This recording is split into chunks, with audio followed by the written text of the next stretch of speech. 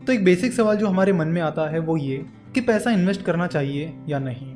और इसका जवाब भी बहुत ही सिंपल है। देखो, वैसे इन्वेस्ट करने के बहुत सारे रीजंस हैं, लेकिन आज हम कुछ अलग चीज़ों पर फोकस करने वाले हैं और उसे समझने के लिए हमें एक साइकिल समझनी होगी। हम इंडियन सेविंग में पीछे नहीं है, हम पीछे हैं तो इन्वेस्टमेंट में। और हम इन्वेस्टमेंट में इसलिए पीछे हैं क्योंकि फाइनेंशियल अवेयरनेस इंडिया में उतना कुछ खास नहीं रहा है। हमें इन्वेस्टमेंट के बारे में कहीं पर भी नहीं सिखाया जाता, ना स्कूल कॉलेजेस में ना घर पे। देखो, आप अगर अपना घर भी चला रहे हो तो उसमें मनी मैनेजमेंट का बहुत बड़ा रोल होता है। हम जितनी भी कई सारी चीजें करते हैं उनमें फाइनेंशियल मैनेजमेंट और मनी मैनेजमेंट का बहुत बड़ा रोल होता है, लेकिन हमें money management, financial management, investment इनके बारे में सिखाया ही नहीं जाता। तो इन्वेस्टमेंट को पूरी तरह समझने के लिए हमें एक साइकिल को समझना होगा। हम देखते हैं कि हम में से ज्यादातर लोग पैसा सेव तो करते हैं पर वो इन्वेस्ट नहीं करते, घर में ही रखते हैं। पैसा घर में रखने की वजह से वो पैसा इकोनॉमी में फ्लो नहीं होता, जिससे ना आपका पैसा बढ़ता है ना ही इकोनॉमी को आपके पैसे का कुछ फायदा होता है। तो अगर आपको अपने पैसों को बढ़ाना है तो आपको अपने पैसों को काम पर लगाना होगा। तो जब आप स्टॉक मार्केट में डायरेक्टली या इनडायरेक्टली इन्वेस्ट करते हो या स्टार्टअप्स में इन्वेस्ट करते हो तब आपका पैसा इकोनॉमी में फ्लो होने लगता है और आपके पैसों से उन कंपनीज को अपना काम बढ़ाने के लिए, अपना बिजनेस एक्सपांड करने के लिए पैसा मिलता है, जिससे कंपनीज अपना काम बढ़ाने लगती है, ज्यादा प्रोडक्शन करने लगती है, जिसका फायदा कंट्री को होता है, जिससे कंट्री का जीडीपी बढ़ने में मदद होती है। कंपनी जब अपना ऑपरेशन एक्सपांड करती है, अपना काम बढ़ाती है, तब लोगों को एम्प्लॉयमेंट भी मिलती है। तो कंपनी के बढ़ने से जिन लोगों को जॉब मिली है उन्हें सैलरीज मिलती है, तो उस सैलरी में से कुछ हिस्सा वो एम्प्लॉयज किसी कंपनी में या स्टार्टअप में इन्वेस्ट करते हैं, तो अगेन वो पैसा भी इकोनॉमी में फ्लो होने लगता है, जिससे और ज्यादा कंपनीज को पैसा मिलता है और अपना बिजनेस बढ़ाने में मदद होती है। तो ये एक साइकिल है जिसे समझना हमारे लिए बहुत ज्यादा जरूरी है। तो इन्वेस्ट करने से ना सिर्फ आपको बल्कि कंट्री को भी फायदा मिलता है, इकोनॉमी ग्रो होने में हेल्प होती है। सिमिलरली, जब आप एफडी यानी फिक्स डिपॉजिट करते हो तो वो पैसा बैंक्स के पास जमा होता है, फिर बैंक्स उस पैसों को किसी बिजनेस को लोन देने के लिए यूज करती है, तो उससे भी आपका पैसा इकोनॉमी में फ्लो होने में मदद होती है और इकोनॉमी को उसका फायदा मिलता है। तो चाहे आप अपना पैसा बैंक में डालिए, स्टॉक मार्केट में इन्वेस्ट करिए या म्यूचुअल फंड में इन्वेस्ट करिए, लेकिन कहीं ना कहीं अपने पैसों को आप काम पर लगाइए, उसे घर में मत रखिए। अगर आप अपना पैसा घर में रखोगे तो इन्फ्लेशन की वजह से उसकी वैल्यू कम हो जाएगी, ना आपको उसका फायदा मिलेगा ना हमारे देश को। अगर आपको इन्फ्लेशन क्या होता है ये पता नहीं है तो आपको बता दूं कि अगर आपके पास आज 1000 रुपीज है तो उस 1000 रुपीज की वैल्यू एक साल बाद उतनी नहीं रहेगी जितनी आज है, यानी उसकी वैल्यू एक साल बाद कम हो जाएगी। अगर आप 5 साल बाद बात करोगे तो 5 साल बाद और कम हो जाएगी, 10 साल बाद और कम हो जाएगी। जैसे कि हम कई बार हमारे दादा दादी या नाना नानी को ये कहते सुनते हैं, हमारे जमाने में तो ये चीज बस 10 रुपए की ही मिलती थी और अब देखो इसकी प्राइस कितनी बढ़ गई है। तो इन शॉर्ट ये इन्फ्लेशन इफेक्ट है। अगर आप अपने पैसों को इन्वेस्ट नहीं करोगे, काम पर नहीं लगाओगे और घर पे ही रखोगे तो उसकी वैल्यू कम होती चली जाएगी, जिसका ना आपको फायदा होगा ना हमारे देश को। तो इन्वेस्टमेंट करते समय आपको ये देखना होगा कि आपको जो रिटर्न्स मिल रहे हैं वो इन्फ्लेशन से कम है या ज्यादा। इसके बारे में हम आगे चर्चा करेंगे। इन्वेस्टमेंट करने के लिए नेक्स्ट चीज जो आती है वो होती है फ्यूचर प्लानिंग, यानी जब तक आप काम कर रहे हो तब तक ठीक है, लेकिन जैसे आप काम करना बंद कर दोगे तो फिर पैसा कहाँ से आएगा। तो उसके लिए आपको फ्यूचर प्लानिंग और रिटायरमेंट प्लानिंग करनी पड़ेगी, ताकि जब आप काम करना बंद कर दोगे तब भी आपके पास पैसा बना रहे और पैसा आता रहे। साथ ही अमीर बनने के लिए, अपने डिजायर्स को पूरा करने के लिए भी आपको इन्वेस्टमेंट करना बहुत जरूरी है। तो इन्वेस्टमेंट एक टू वे गेम है, जिससे ना सिर्फ आपको बल्कि कंट्री को भी बेनिफिट मिलता है। नेक्स्ट लेक्चर में हम कुछ इन्वेस्टमेंट स्ट्रीम्स के बारे में बात करेंगे, यानी वो कौन कौन से इन्वेस्टमेंट एवेन्यूज हैं जहां पर आप इन्वेस्ट कर सकते हो, कौन सा तरीका आपको सुटेबल हो सकता है और कौन सा नहीं। इन सब चीज़ों के बारे में हम नेक्स्ट लेक्चर में बात करेंगे। नमस्कार, तो आज के इस लेक्चर में आपका स्वागत है। तो आज हम बात करेंगे इन्वेस्टमेंट के अलग अलग तरीकों के बारे में, जिनके जरिए आप पैसिव इनकम कमा सकते हो, यानी जहां पर आप अपने पैसों को काम पर लगा सकते हो और साथ ही इन्फ्लेशन को बीट कर सकते हो और काफ़ी अच्छे रिटर्न्स कमा सकते हो।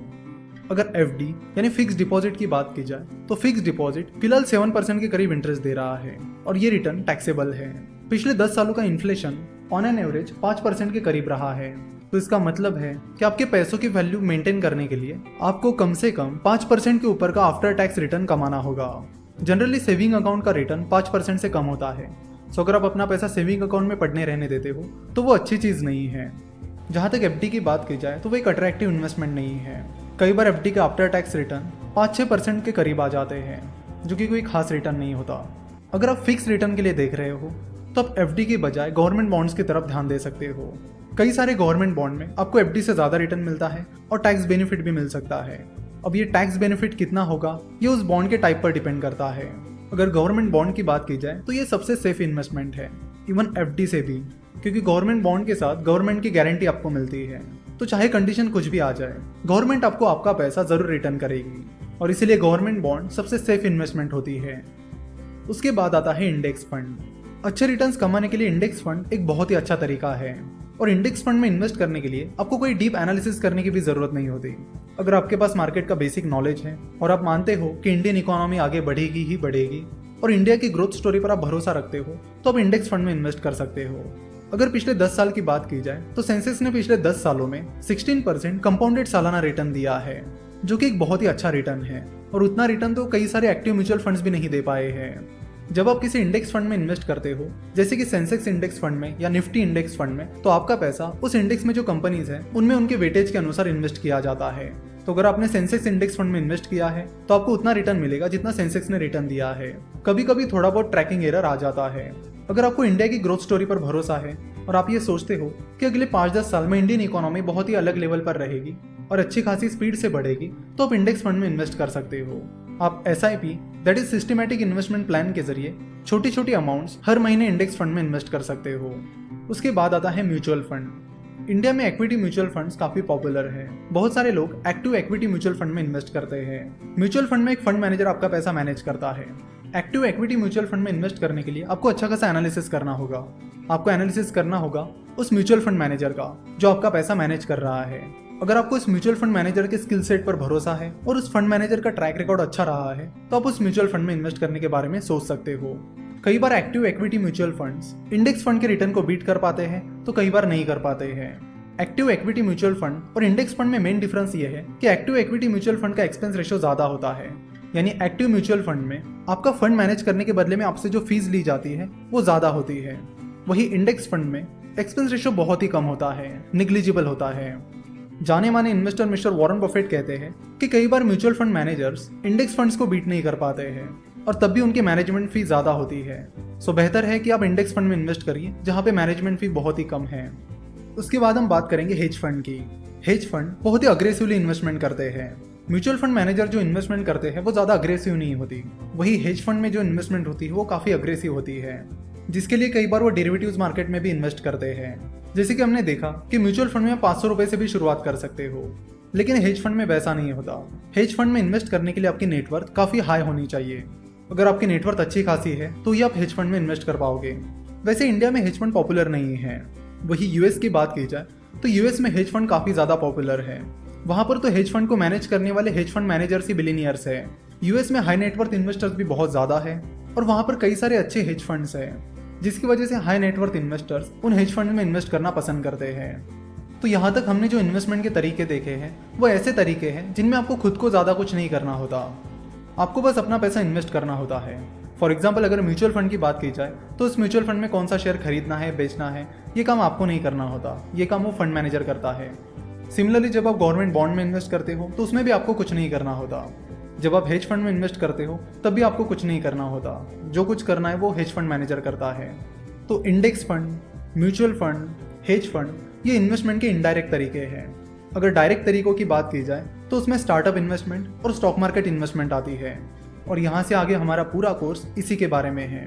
तो अगले लेक्चर से हम स्टॉक मार्केट इन्वेस्टमेंट के बारे में बात करेंगे और उसे बहुत ही बेसिक से समझेंगे, ताकि आपको स्टॉक मार्केट का और कैपिटल मार्केट का पूरा कॉन्सेप्ट समझ में आ जाए।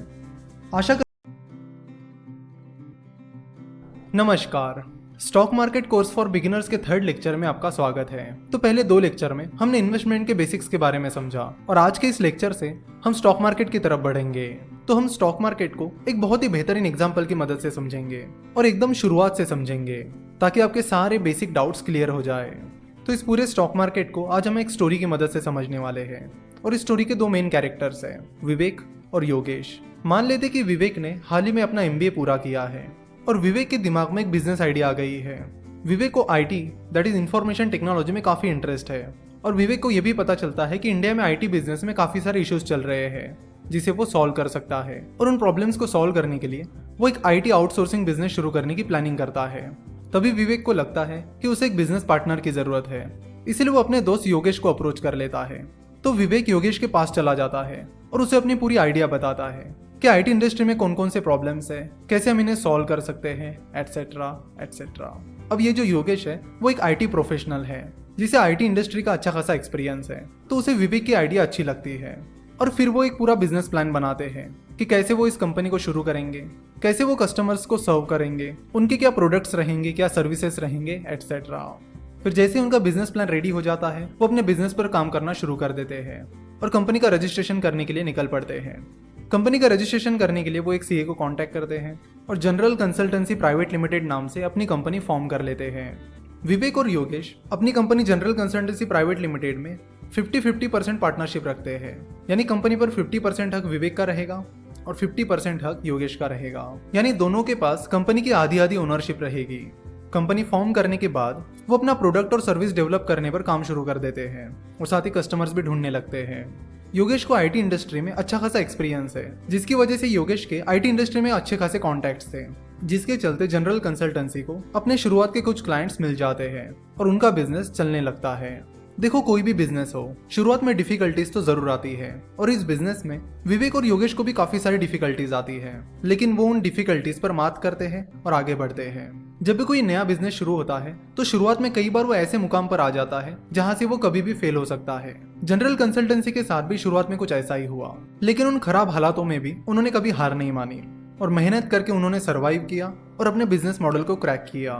तो शुरुआत के कुछ स्ट्रगल्स के बाद उनका बिजनेस अच्छा खासा चलने लगा, जनरल कंसल्टेंसी को अच्छा खासा रिवेन्यू भी आने लगा, तो उन्होंने अपना बिजनेस मॉडल भी क्रैक कर लिया और उनको रिवेन्यू भी आने लगा। नाउ विवेक और योगेश को लगा कि यहाँ से उन्हें बिजनेस बढ़ाने की जरूरत है, जिसके लिए उन्हें पैसों की जरूरत पड़ेगी। विवेक और योगेश चाहते थे कि वो अच्छे खासे सॉफ्टवेयर प्रोडक्ट्स डेवलप कर पाए ताकि वो अच्छे और ज्यादा से ज्यादा क्लाइंट्स को अट्रैक्ट कर पाए, और इन प्रोडक्ट्स को डेवलप करने के लिए उन्हें जरूरत थी पैसों की। नाउ अब पैसा कहाँ से आएगा? विवेक और योगेश के पास तो कोई सेविंग नहीं थी। उनकी जो भी सेविंग थी उन्होंने अपना बिजनेस शुरुआत करने के लिए लगा दी थी। साथ ही जब जो उन्होंने कंपनी शुरू की थी तब उन्होंने अपने दोस्तों से भी कुछ पैसे उधार लिए थे, अपने रिश्तेदारों से भी कुछ पैसे लिए थे। तो इस तरह दोस्त, रिश्तेदार और अपनी सेविंग, ये रास्ता तो उनके लिए बंद हो चुका था। तो अपने बिजनेस की फंडिंग के लिए वो कुछ और रास्तों की तलाश कर रहे थे। तो विवेक और योगेश ने देखा कि वो कहाँ कहाँ से पैसा उठा सकते हैं। तो उनके सामने बैंक का ऑप्शन था, एंजल इन्वेस्टर्स का ऑप्शन था, वेंचर कैपिटल का ऑप्शन था और स्टॉक मार्केट का ऑप्शन था। तो विवेक और योगेश को लगा कि ये कुछ ऑप्शंस है जिनके बारे में उन्हें सोचना चाहिए।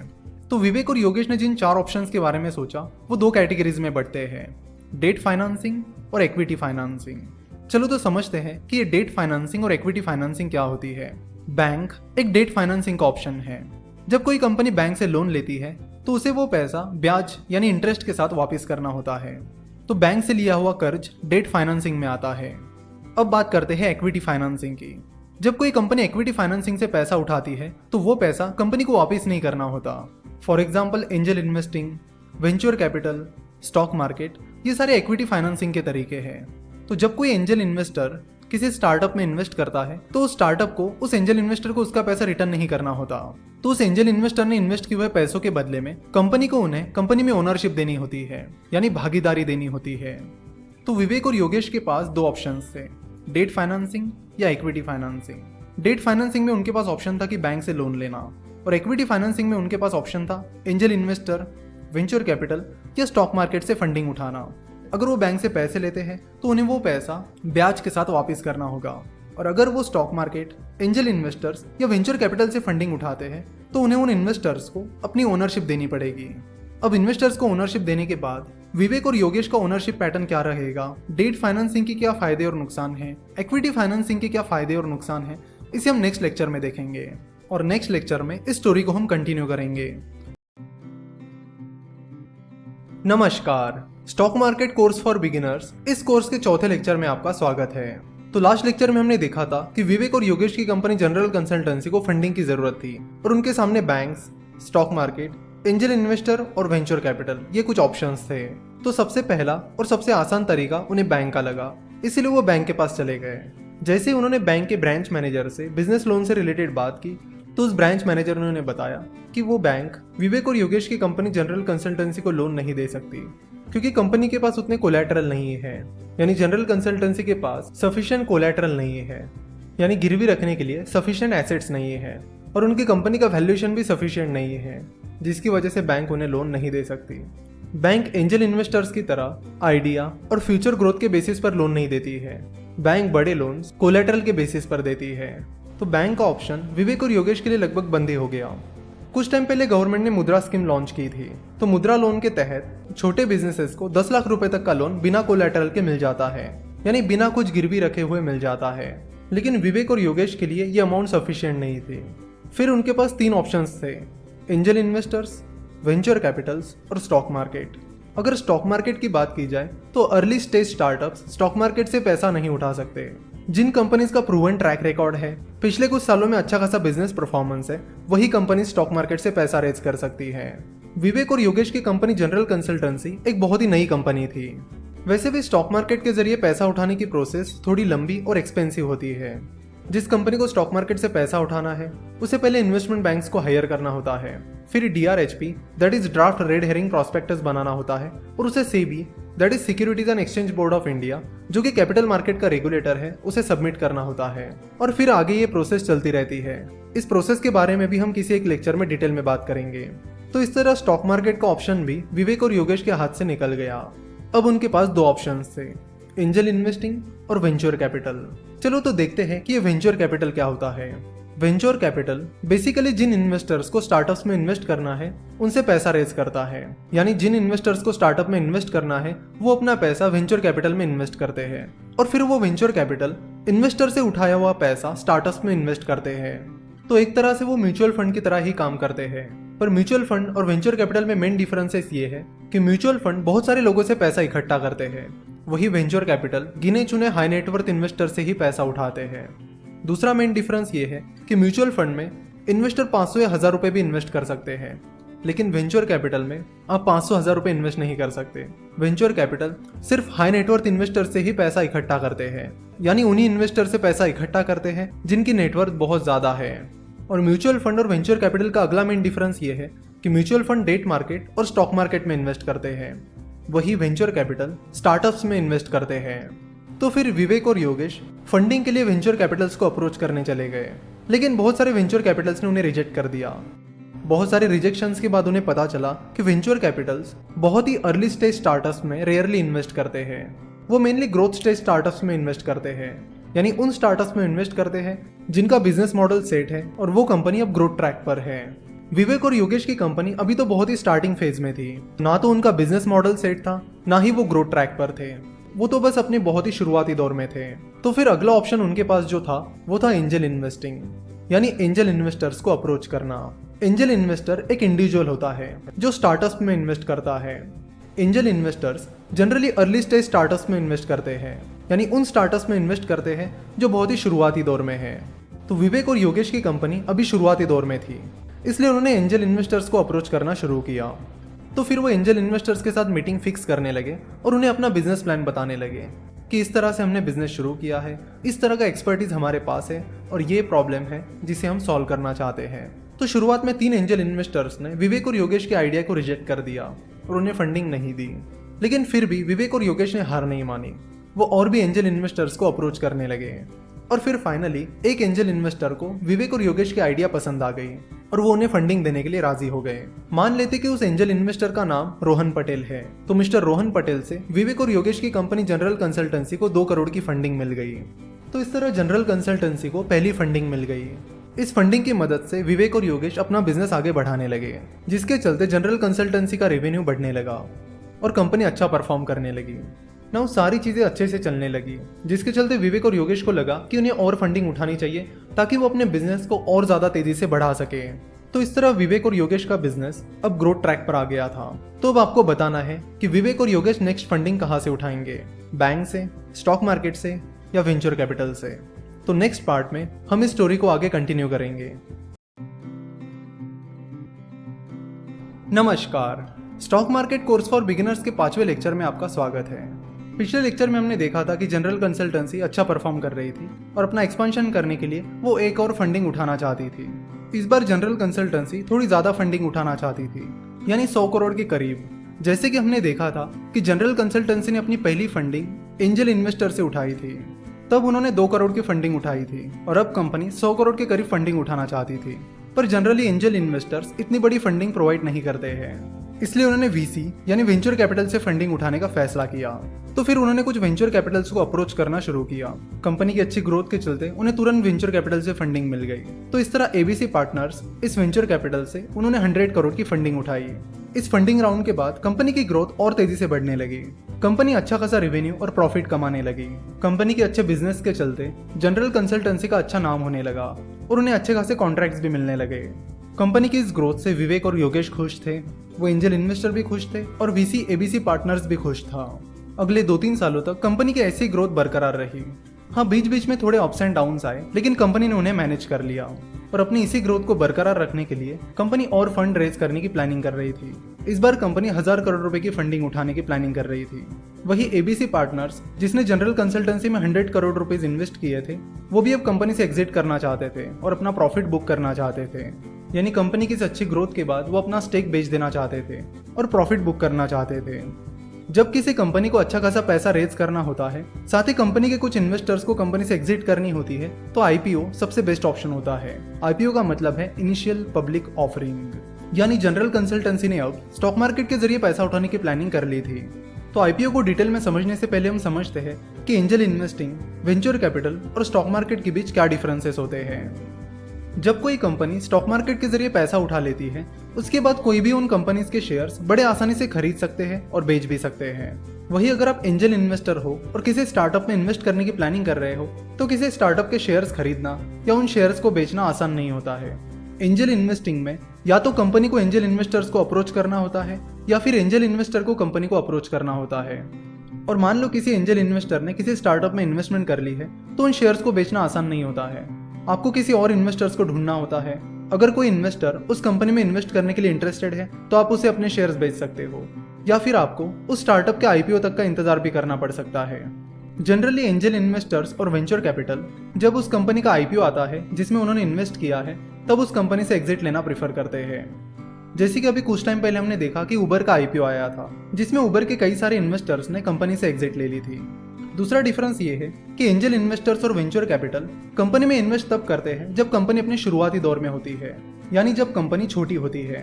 तो जब कंपनी छोटी होती है, तब कंपनी के पास ग्रोथ अपॉर्चुनिटीज काफी ज्यादा होती है, ग्रोथ की स्पीड भी ज्यादा होती है, but at the same time company fail होने के चांसेस भी बहुत ज्यादा होते हैं। तो अगर किसी एंजल इन्वेस्टर या वेंचर कैपिटल की इन्वेस्टमेंट सक्सेसफुल हो जाती है, तो वो उन्हें बहुत अच्छे रिटर्न देती है। वही जब कंपनी स्टॉक मार्केट में आ जाती है, तब तक कंपनी एक बड़े लेवल पर पहुंच चुकी होती है, जहां से बहुत ही कम कंपनीज एक्सपोनेंशियल ग्रोथ दिखाती है। यानी वहां से कंपनी जनरली उतनी तेजी से नहीं बढ़ पाती जितनी शुरुआती दौर में बढ़ पाती है। But at the same time जब तक कंपनी स्टॉक एक्सचेंज पर लिस्ट हो जाती है, तब तक कंपनी एक वेल सेटल्ड कंपनी बन जाती है, जहां से कंपनी के फेल होने के चांसेस कंपैरेटिवली कम हो जाते हैं, यानी कंपनी के शुरुआती दौर के मुकाबले कम हो जाते हैं। तो चाहे एंजल इन्वेस्टिंग हो, वेंचर कैपिटल फंडिंग हो या स्टॉक मार्केट हो, ये सारी इक्विटी फंडिंग के तरीके हैं। सो अगर आप एज एन एंजल इन्वेस्टर किसी स्टार्टअप में इन्वेस्ट करते हो या फिर स्टॉक मार्केट के जरिए किसी कंपनी के शेयर्स खरीदते हो, तो उसका मतलब है कि आप उस कंपनी को अपने पैसे देते हो और उसके बदले में कंपनी आपको कंपनी में भागीदारी देती है, यानी ओनरशिप देती है। तो यहाँ से आगे हम आईपीओ प्रोसेस को पूरी तरह से समझेंगे, साथ ही स्टॉक मार्केट को समझना यहाँ से हम शुरू कर देंगे। इसी स्टोरी को कंटिन्यू करके अगले लेक्चर में हम स्टॉक मार्केट के बारे में डिटेल में समझेंगे। देखिए, चाहे एंजल इन्वेस्टिंग हो, वेंचर कैपिटल हो या स्टॉक मार्केट हो, ये कोई उतनी भी कॉम्प्लेक्स चीज नहीं है जितनी आप समझते हो। तो स्टॉक मार्केट इन्वेस्टिंग को यहाँ से हम बड़ी ही आसान भाषा में समझेंगे। जैसे कि हमने देखा कि विवेक और योगेश की कंपनी जनरल कंसल्टेंसी ने आईपीओ के बारे में सोच लिया है, तो हम नेक्स्ट लेक्चर में देखेंगे कि आईपीओ होता क्या है, जनरल कंसल्टेंसी आईपीओ के लिए कैसे अप्लाई करेगी और कैसे वो स्टॉक मार्केट से पैसे उठाएगी। तो ये सारी प्रोसीजर हम नेक्स्ट लेक्चर में समझने वाले हैं। आशा कर नमस्कार, stock market course for beginners के 6वें लेक्चर में आपका स्वागत है। पिछले लेक्चर में हमने देखा था कि एंजल इन्वेस्टिंग, वेंचर कैपिटल और स्टॉक मार्केट में मेनली क्या डिफरेंस है, और हमने ये भी देखा था कि विवेक और योगेश की कंपनी जनरल कंसल्टेंसी ने तय कर लिया था कि अब उन्हें आईपीओ के जरिए फंड रेज करना है। चलो तो देखते हैं कि आईपीओ की क्या प्रोसीजर होती है। आईपीओ की इस पूरी प्रोसेस को SEBI, that is securities and exchange board of India control करता है। सेबी कैपिटल मार्केट रेगुलेटर है। जैसे reserve bank of India that is RBI banks को रेगुलेट करता है, उसी तरह सेबी कैपिटल मार्केट को रेगुलेट करता है। तो आईपीओ के लिए फाइल करने के लिए सबसे पहले जनरल कंसल्टेंसी को कुछ इन्वेस्टमेंट बैंक्स हायर करनी होगी। फिर ये इन्वेस्टमेंट बैंक्स जनरल कंसल्टेंसी को आईपीओ से रिलेटेड चीजों के बारे में गाइड करेंगे और साथ ही उनका डीआरएचपी भी बनाएंगे। डीआरएचपी का लॉन्ग फॉर्म होता है draft red herring prospectus. Draft red herring prospectus में कंपनी की बिजनेस हिस्ट्री होती है, फाइनेंशियल स्टेटमेंट की हिस्ट्री होती है, कंपनी के प्रोमोटर्स और मैनेजमेंट की इंफॉर्मेशन होती है, कंपनी के फ्यूचर प्लान्स के बारे में बताया जाता है और कंपनी से जुड़ी लगभग सारी चीजें ड्राफ्ट रेड हेरिंग प्रोस्पेक्टस में होती है। तो इन्वेस्टमेंट बैंक्स कंपनी को डीआरएचपी बनाने में हेल्प करते हैं और फिर ये डीआरएचपी सेबी के पास सबमिट किया जाता है। फिर सेबी डीआरएचपी में दी गई सारी इन्फॉर्मेशन को चेक करते हैं। अगर सेबी को लगता है कि उन्हें और कुछ इन्फॉर्मेशन चाहिए तो वो वैसे कंपनी को इन्फॉर्म करते हैं। फिर कंपनी को इस इन्फॉर्मेशन को सेबी को बताना होता है।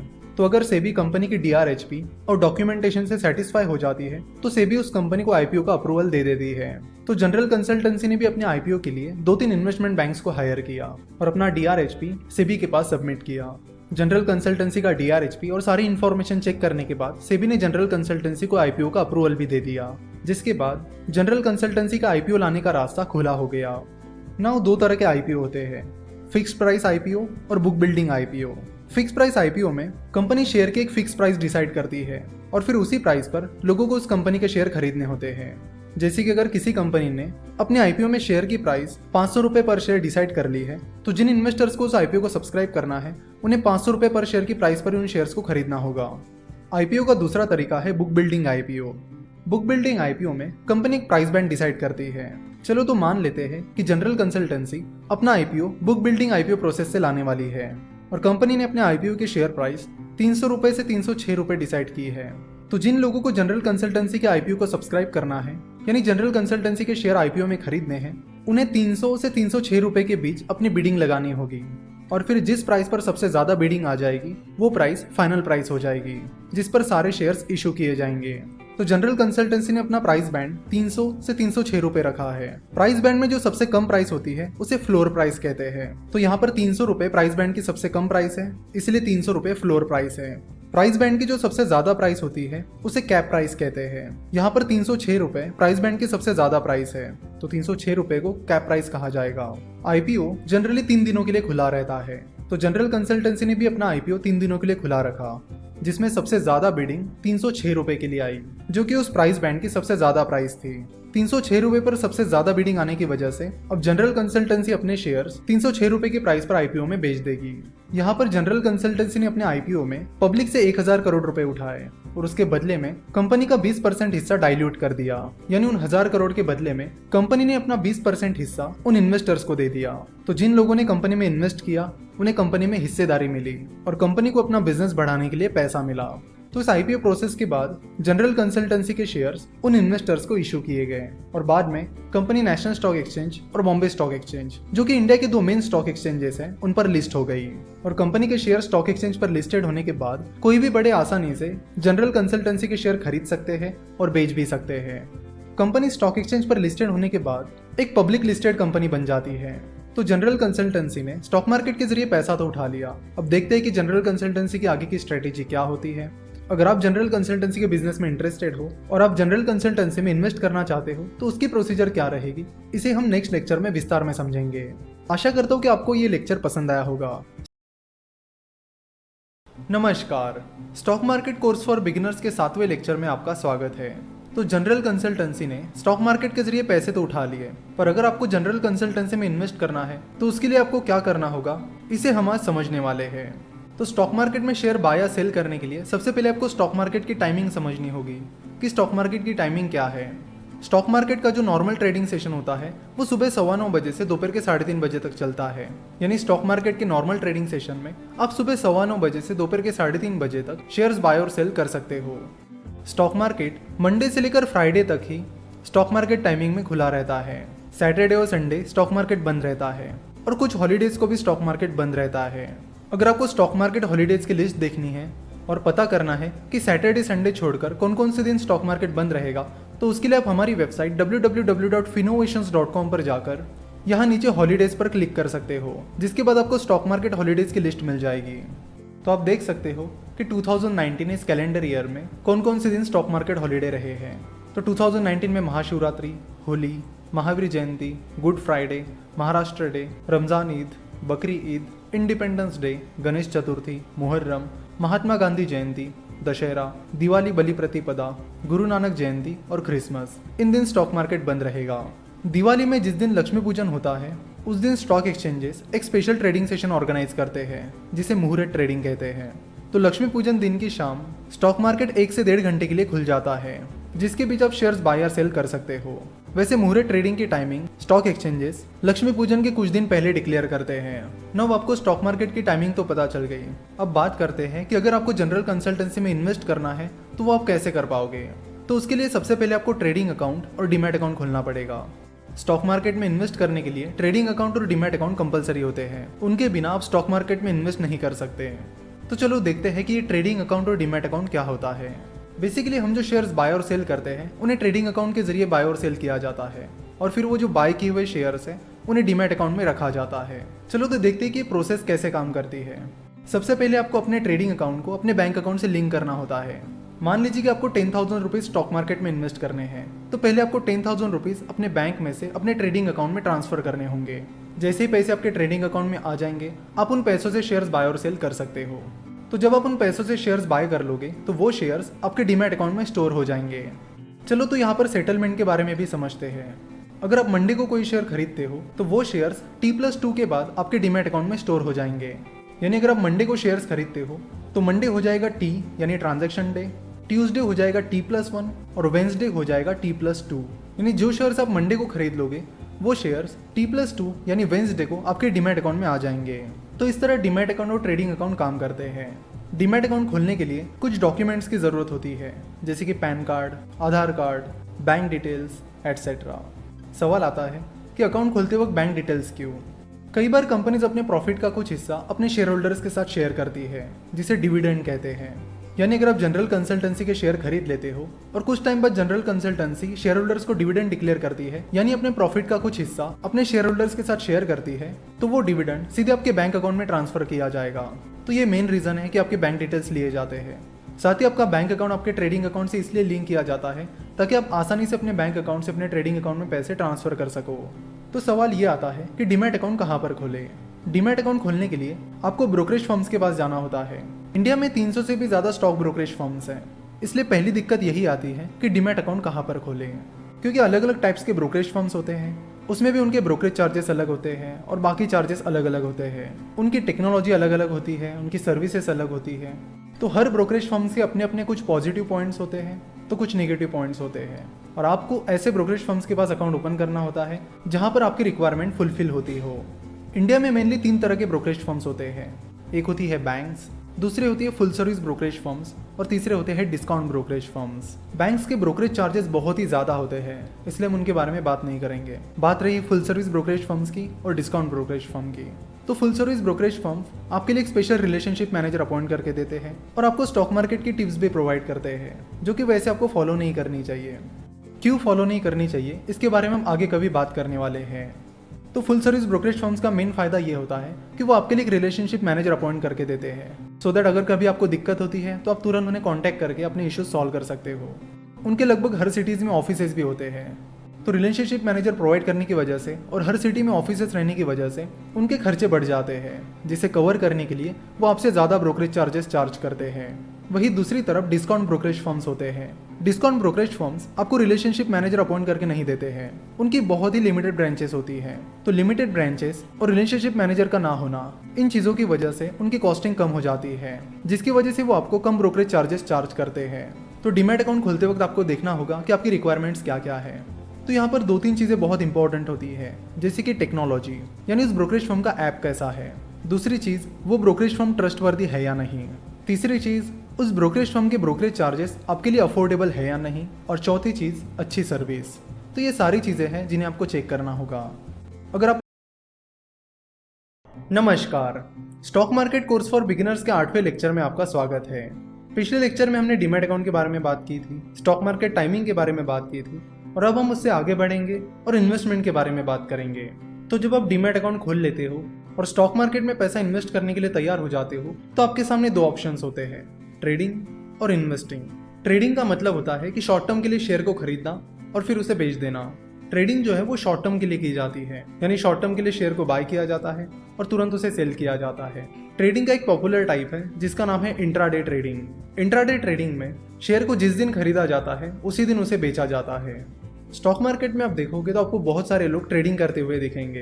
तो ट्रेडिंग होती है शॉर्ट टर्म के लिए, वही इन्वेस्टिंग होती है लॉन्ग टर्म के लिए। यानी अगर आप आज शेयर खरीदते हो और उसे 1-2 साल बाद या 5-10 साल बाद बेचते हो तो वो हो गई इन्वेस्टिंग। तो किसी भी बिगिनर के लिए पहला सवाल तो यही है कि ट्रेडिंग करे या इन्वेस्टिंग करे। तो जैसे आप डीमैट अकाउंट खोलने के बाद स्टॉक मार्केट में इन्वेस्ट करने के लिए रेडी हो जाओगे तो आपके सामने भी 2 सवाल रहेंगे कि क्या मुझे ट्रेडिंग करनी चाहिए या इन्वेस्टिंग। और इस सवाल का जवाब ढूंढने के लिए हमें कुछ चीजें समझनी होगी। मिस्टर बेंजामिन ग्राहम ने बहुत सही बात कही है। उन्होंने कहा है कि स्टॉक मार्केट शॉर्ट रन में एक वोटिंग मशीन की तरह काम करता है। यानी शॉर्ट रन में स्टॉक मार्केट बहुत ही अनसर्टन रहता है, बहुत ही फ्लक्चुएशंस चलते रहते हैं। वही लॉन्ग टर्म में स्टॉक मार्केट एक वेइंग मशीन की तरह काम करता है। यानी लॉन्ग रन में स्टॉक मार्केट बिजनेस परफॉर्मेंस को फॉलो करता है। यानी अगर कंपनी की बिजनेस परफॉर्मेंस अच्छी हो रही है तो लॉन्ग टर्म में उसकी शेयर प्राइस भी बढ़ जाएगी। वही अगर कंपनी का बिजनेस परफॉर्मेंस लगातार खराब हो रहा है तो कंपनी की शेयर प्राइस लॉन्ग टर्म में नीचे गिर जाएगी। तो कंक्लूजन ये है कि आपको बिजनेस परफॉर्मेंस पर फोकस करना होगा और शॉर्ट टर्म में यानी डेली शेयर प्राइस को नहीं देखना होगा। आपको लॉन्ग टर्म पर फोकस करना होगा। अगर कोई बिजनेस अच्छा परफॉर्म कर रहा है तो लॉन्ग टर्म में उसकी शेयर प्राइस बढ़नी ही बढ़नी है। शॉर्ट टर्म में कई सारे फ्लक्चुएशंस चलते हैं, जैसे कि इलेक्शन आता है तो फ्लक्चुएशन होता है, यूएस या किसी कंट्री पर टेररिस्ट अटैक हो जाता है तो स्टॉक मार्केट गिर जाता है। तो ऐसे कई सारे फ्लक्चुएशन शॉर्ट टर्म में चलते रहते हैं जिनका कंपनी की बिजनेस परफॉर्मेंस से कुछ भी लेना देना नहीं होता। तो शॉर्ट टर्म में कई बार आप देखोगे कि बेमतलब की कंपनीज की शेयर प्राइस बढ़ रही है और बेमतलब की गिर रही है, पर लॉन्ग टर्म में ऐसा नहीं होता है। लॉन्ग टर्म में अगर कंपनी अच्छा परफॉर्म कर रही है तो उसकी शेयर प्राइस बढ़ेगी, जरूर बढ़ेगी। इसलिए जाने माने इन्वेस्टर मिस्टर वॉरेन बफेट और जितने भी सक्सेसफुल इन्वेस्टर्स हैं वो बिजनेस परफॉर्मेंस पर फोकस करते हैं। वो फोकस करते हैं उन बिजनेसेस पर जो आगे चलकर बहुत अच्छा परफॉर्म कर सकते हैं और फिर लॉन्ग टर्म में शेयर प्राइस उनकी बिजनेस परफॉर्मेंस को फॉलो करती है। वो कभी भी शेयर प्राइस को फॉलो नहीं करते हैं कि शेयर प्राइस ऊपर जा रही है या नीचे जा रही है। वो कंपनी की बिजनेस परफॉर्मेंस को देखते हैं कि परफॉर्मेंस ऊपर जा रही है या नीचे जा रही है, जिसके लिए आपको उस बिजनेस को समझना और परखना बहुत जरूरी होता है। चलो तो एक एग्जांपल की मदद से इसे और डिटेल में समझते हैं। मान लेते कि जनरल कंसल्टेंसी का रेवेन्यू फिलहाल 1000 करोड़ है। रेवेन्यू को टर्नओवर भी कहा जाता है। तो कंपनी का टर्नओवर है 1000 करोड़ और कंपनी का प्रॉफिट है 10 करोड़। बीच में 2-3 साल निकल जाते हैं और फिर 2-3 साल बाद कंपनी का रेवेन्यू 10,000 करोड़ हो जाता है और कंपनी का प्रॉफिट 120 करोड़ हो जाता है। तो ऑब्वियस सी चीज है कि कंपनी का बिजनेस परफॉर्मेंस अच्छा होने की वजह से कंपनी का वैल्यूएशन भी बढ़ जाएगा और फिर कंपनी का बिजनेस परफॉर्मेंस अच्छा होने की वजह से कंपनी की शेयर प्राइस कंपनी की बिजनेस परफॉर्मेंस को फॉलो करेगी, जिससे जनरल कंसल्टेंसी के इन्वेस्टर्स को फायदा होगा। जाहिर सी बात है कि कंपनी का 10 करोड़ का प्रॉफिट 120 करोड़ होने में कंपनी को टाइम तो लगा है। तो 10 करोड़ का प्रॉफिट 120 करोड़ 1-2 दिन में या 1-2 महीने में तो नहीं होगा। कंपनी को परफॉर्म करने के लिए टाइम लगता है। तो अगर आप जनरल कंसल्टेंसी में एक दिन के लिए इन्वेस्ट करते हो यानी इंट्राडे ट्रेडिंग करते हो, जिसका मतलब है कि आज जनरल कंसल्टेंसी में इन्वेस्ट करके आज ही उसके शेयर बेच देते हो, तो उससे कुछ होने वाला नहीं है, क्योंकि कंपनी का बिजनेस परफॉर्मेंस एक दिन में बदलने वाला नहीं है। इसे और एक एग्जांपल की मदद से समझते हैं। हमने देखा था कि शुरुआती दौर में जनरल कंसल्टेंसी ने एक एंजल इन्वेस्टर से 2 करोड़ रुपए रेज किए थे, यानी उन्होंने एक एंजल इन्वेस्टर से 2 करोड़ की फंडिंग उठाई थी। ना अगर वो एंजल इन्वेस्टर जनरल कंसल्टेंसी में सुबह इन्वेस्ट करता और शाम को अपने पैसे निकाल लेता तो उससे ना जनरल कंसल्टेंसी को कुछ फायदा होता ना उस इन्वेस्टर को, क्योंकि उस चीज का कोई सेंस ही नहीं बनता। कंपनी पैसा उठाती है अपने बिजनेस को एक्सपांड करने के लिए, अच्छा परफॉर्म करने के लिए। सो अगर वो एंजल इन्वेस्टर कंपनी में सुबह पैसे डालता और शाम को निकाल देता तो कंपनी को उन पैसों का कुछ भी फायदा नहीं मिलता। कंपनी उन पैसों को बिल्कुल भी यूटिलाइज नहीं कर पाती, जिससे कंपनी की बिजनेस परफॉर्मेंस में कोई भी चेंज नहीं आता और जिसका सीधा मतलब है कि उस इन्वेस्टर को भी उसका कुछ भी फायदा नहीं मिलता। लेकिन उस एंजल इन्वेस्टर ने वैसा नहीं किया। उसने कंपनी में इन्वेस्ट किया लॉन्ग टर्म के लिए। उसने कंपनी को अपना बिजनेस परफॉर्मेंस ग्रो करने के लिए टाइम दिया और जैसे कि हमने देखा कि जनरल कंसल्टेंसी ने भी उन पैसों की मदद से अपनी ग्रोथ जारी रखी और अब जनरल कंसल्टेंसी एक अलग ही लेवल पर आ चुकी है जहां पर उनका प्रॉफिट 120 करोड़ का है। तो इस बिजनेस ग्रोथ के चलते उन्होंने जनरल कंसल्टेंसी में की हुई इन्वेस्टमेंट के बदले में बहुत अच्छा प्रॉफिट मिला। उनको जनरल कंसल्टेंसी की ग्रोथ में अभी भी भरोसा है, इसलिए उन्होंने अभी भी अपनी इन्वेस्टमेंट नहीं बेची है। तो सिंपल सी बात है कि अगर आप किसी कंपनी में सुबह पैसे डालोगे और शाम को निकाल लोगे तो उससे ना आपको कुछ फायदा मिलने वाला है ना उस कंपनी को। उस चीज का कोई सेंस ही नहीं बनता है। खैर एंजल इन्वेस्टर या वेंचर कैपिटल वैसा नहीं करते हैं क्योंकि वो एक इन्वेस्टर होते हैं। पर स्टॉक मार्केट में बहुत सारे स्पेक्युलेटर्स हैं जो शॉर्ट टर्म के लिए शेयर को खरीदते हैं और शॉर्ट टर्म में ही उसे बेच देते हैं। तो जो शॉर्ट टर्म ट्रेडिंग होती है वो कुछ नहीं बल्कि एक स्पेकुलेशन होता है। ये चीज़ आप अच्छे से समझ लीजिए। और जो इन्वेस्टमेंट होती है वो हमेशा लॉन्ग टर्म होती है, क्योंकि कंपनी को परफॉर्म करने के लिए टाइम लगता है। तो अगर आप दुनिया के सारे उन लोगों की लिस्ट निकालोगे जिन्होंने स्टॉक मार्केट से पैसा कमाया है, तो वो सारे इन्वेस्टर्स हैं जिन्होंने उन कंपनीज में इन्वेस्ट करके पैसा कमाया है जिनकी ग्रोथ पर उन्हें भरोसा था। उन्होंने शेयर्स को सुबह खरीद कर शाम को बेचकर पैसा नहीं कमाया है। तो फिर चाहे वो दुनिया के third richest person mister Warren Buffett हो, दुनिया के fifth richest person mister Carlos Slim Helu हो, या फिर और भी कोई सक्सेसफुल इन्वेस्टर हो, इन सब लोगों ने लॉन्ग टर्म इन्वेस्टमेंट करके पैसा कमाया है। तो एज एन इन्वेस्टर आपका काम है कि आपको ऐसी कंपनीज ढूंढनी है जिनकी बिजनेस परफॉर्मेंस फ्यूचर में अच्छी खासी ग्रो होगी। तो आपका मेन फोकस होना चाहिए कंपनी के बिजनेस पर, कंपनी की शेयर प्राइस पर नहीं। अगले लेक्चर में हम इस टॉपिक को और डिटेल में समझेंगे और कंपाउंडिंग के बारे में भी बात करेंगे। आशा नमस्कार, stock market course for beginners के 9th लेक्चर में आपका स्वागत है। तो पिछले लेक्चर में हम ट्रेडिंग और इन्वेस्टिंग की बात कर रहे थे और इस लेक्चर में हम ट्रेडिंग और इन्वेस्टिंग के बारे में और डिटेल में समझेंगे। बहुत सारे लोग जिन्हें स्टॉक मार्केट कैसे चलता है ये पता नहीं होता, वो स्टॉक मार्केट को एक क्विक मनी गेम समझते हैं। यानी वो सोचते हैं कि स्टॉक मार्केट एक सट्टा बाजार है जहां पर हम गैम्बलिंग कर सकते हैं, और फिर फटाफट पैसा कमाने के चक्कर में वो अपना सारा पैसा स्टॉक मार्केट में गवा देते हैं और फिर सबको बताते चलते हैं कि स्टॉक मार्केट एक सट्टा बाजार है। ये वो लोग होते हैं जिन्हें स्टॉक मार्केट कैसे काम करता है ये पता ही नहीं होता। ये लोग नहीं जानते कि स्टॉक मार्केट क्यों बना है, क्यों उसकी जरूरत पड़ी। जैसे कि हमने जनरल कंसल्टेंसी के एग्जाम्पल में देखा कि जब जनरल कंसल्टेंसी को ज्यादा पैसों की जरूरत पड़ी तो उन्होंने डिसाइड किया कि उन्हें स्टॉक मार्केट के जरिए पैसा उठाना चाहिए। तो स्टॉक मार्केट बिजनेसेस के लिए एक पैसा रेज करने का बहुत अच्छा तरीका है और इन्वेस्टर्स के लिए उस बिजनेस में भागीदार बनने का। इससे ज्यादा स्टॉक मार्केट कुछ भी नहीं है। तो अगर कोई स्टॉक मार्केट को गैम्बलिंग समझ रहा है और फटाफट पैसे कमाने के चक्कर में स्टॉक मार्केट में आ रहा है तो वो गलत जगह पर आ रहा है। जैसे कि हम देखते हैं कि स्टॉक मार्केट में इन्वेस्ट करते वक्त आपको देखना होगा कि वो कौन सा बिजनेस है जो फ्यूचर में ग्रोथ करेगा, और ये हर कोई नहीं पता कर पाता कि कौन सी कंपनी फ्यूचर में ग्रो करेगी। और फिर इसलिए म्यूचुअल फंड बनाए गए ताकि जिन लोगों को स्टॉक मार्केट की समझ नहीं है वो इक्विटी म्यूचुअल फंड के जरिए स्टॉक मार्केट में इन्वेस्ट कर सके। म्यूचुअल फंड मैनेजर्स वो एक्सपर्ट होते हैं जिन्हें बिजनेसेस का अच्छा खासा नॉलेज होता है और जिनके पास अच्छे बिजनेसेस को ढूंढने का एक्सपर्टीज होता है। जरूरी नहीं है कि सारे म्यूचुअल फंड मैनेजर्स एक्सपर्ट ही हो। जैसे कि हमने पिछले लेक्चर में देखा था कि स्टॉक मार्केट एक लॉन्ग टर्म गेम है। आप किसी बिजनेस में इन्वेस्ट करते हो तो उसे परफॉर्म करने के लिए टाइम लगता है, इसलिए अगर आप उस बिजनेस में इन्वेस्ट करते हो तो आपको अच्छे रिटर्न मिलने में भी टाइम लगेगा। तो सीधे शब्दों में बात करूं तो बात यह है कि स्टॉक मार्केट एक लॉन्ग टर्म गेम है। तो स्टॉक मार्केट इन्वेस्टमेंट एक लॉन्ग टर्म गेम है, इसलिए म्यूचुअल फंड्स भी चाहते हैं कि इक्विटी म्यूचुअल फंड में जो लोग इन्वेस्ट करते हैं वो लॉन्ग टर्म के लिए इन्वेस्ट करें। इसलिए ज्यादातर इक्विटी म्यूचुअल फंड्स एग्जिट लोट रखते हैं, यानी अगर आप 1 साल से पहले अपने म्यूचुअल फंड के यूनिट्स बेच देते हो तो आपको एग्जिट लोड लगता है, जो कि एक फाइन होता है। हम आशा करते हैं कि आपको ये चीज समझ में आई होगी कि stock market long term game क्यों है। पर हम जो देखते हैं वो इसके बिल्कुल विपरीत है, यानी हम जो सुनते आए हैं, देखते आए हैं, वो इस चीज के अपोजिट है। और वो क्यों है उसका भी रीजन है। जब भी हम कोई बिजनेस न्यूज चैनल देखते हैं या किसी ब्रोकरेज फर्म को कांटेक्ट करते हैं या उनका ब्लॉग पढ़ते हैं तो वो ट्रेडिंग के बारे में बात करते हैं, यानी आज खरीदो आज बेचो, या आज खरीदो या 2-4 दिन बाद बेचो। अब एक दिन में या 2-4 दिन में कोई बिजनेस तो नहीं बदलने वाला और ना ही उसकी इंट्रिंसिक वैल्यू। तो ये ट्रेडिंग के बारे में क्यों बोला जाता है? तो आपको बता दूं कि ये जो ट्रेडिंग होती है वो कुछ नहीं बल्कि एक स्पेकुलेशन होता है। यानी लोग बस टेक्निकल एनालिसिस और बाकी कुछ टूल्स का इस्तेमाल करके अंदाज लगाते हैं कि ऐसा होना चाहिए, शेयर प्राइस ऐसी होनी चाहिए। ध्यान रखना, ट्रेडिंग वो लोग करते हैं जिन्हें स्टॉक मार्केट की अच्छी खासी समझ नहीं होती। वो बिजनेस और इन्वेस्टमेंट के उस रिलेशन को नहीं समझ पाते। जिस कंपनी का वो शेयर है उसके बिजनेस मॉडल को वो नहीं समझ पाते। कंपाउंडिंग कैसे काम करती है उसे भी वो समझ नहीं पाते। किसी कंपनी में की गई इन्वेस्टमेंट कैसे काम करती है इसे भी वो नहीं समझ पाते। वो बस ट्रेडिंग करके शॉर्ट टर्म में क्विक मनी कमाने की कोशिश करते हैं और फाइनल रिजल्ट ये होता है कि वो अपना पैसा गवा देते हैं।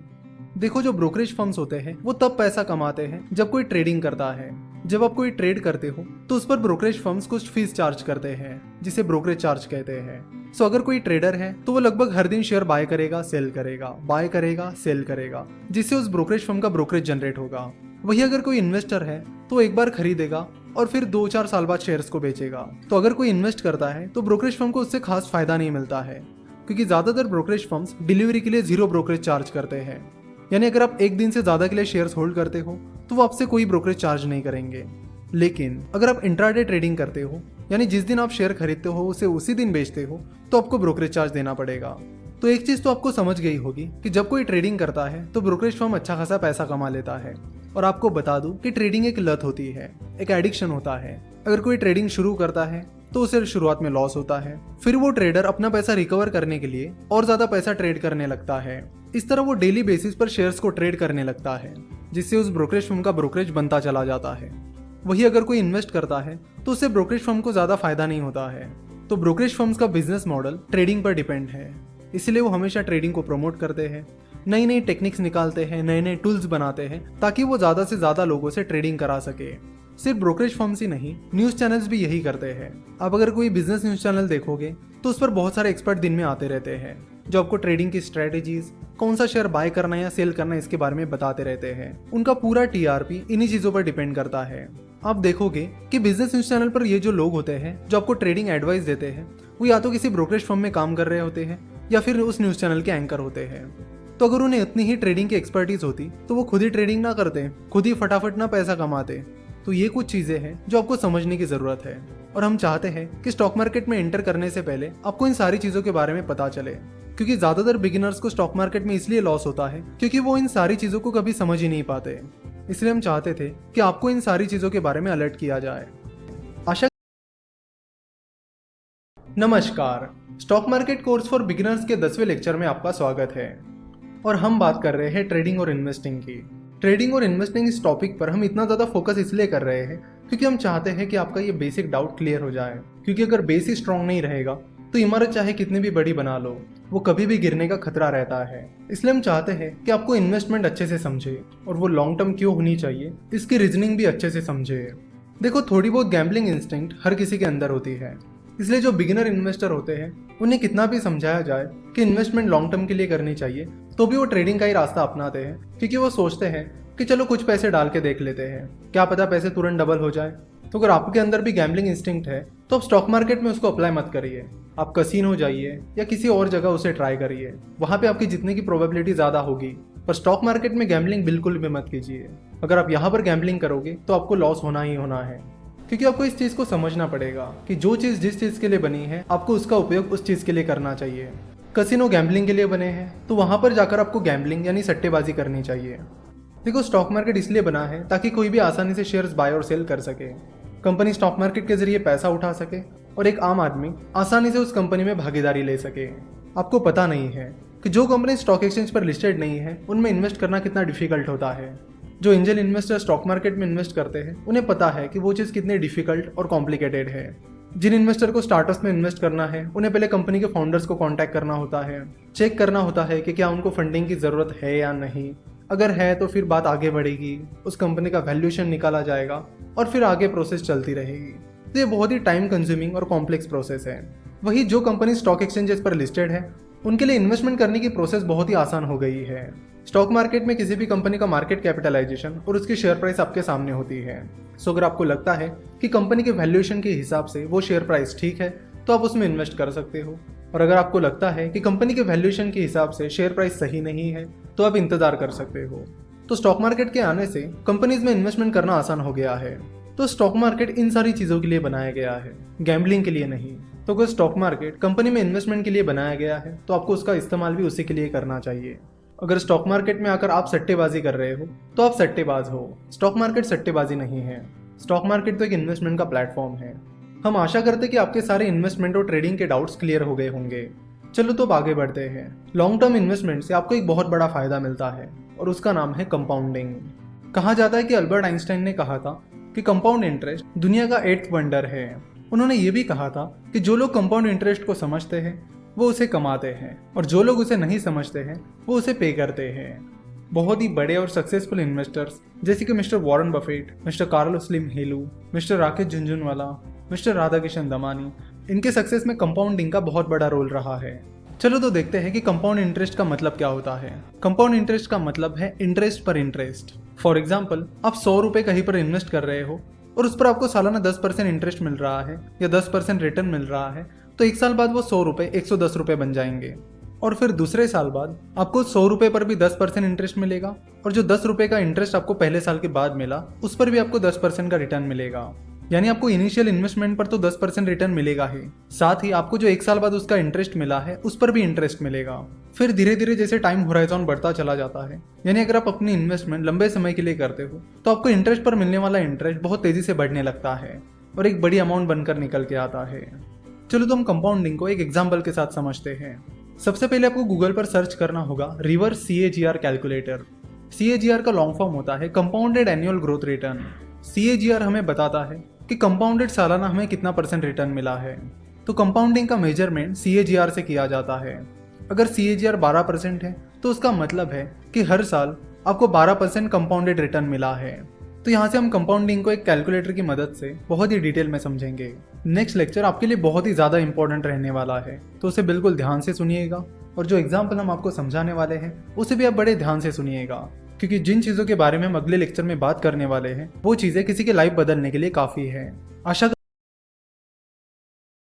नमस्कार, stock market course for beginners के 11वें पार्ट में आपका स्वागत है। तो गूगल पर रिवर्स CAGR कैलकुलेटर सर्च करने के बाद आपको रिवर्स CAGR कैलकुलेटर की कुछ वेबसाइट्स मिल जाएगी।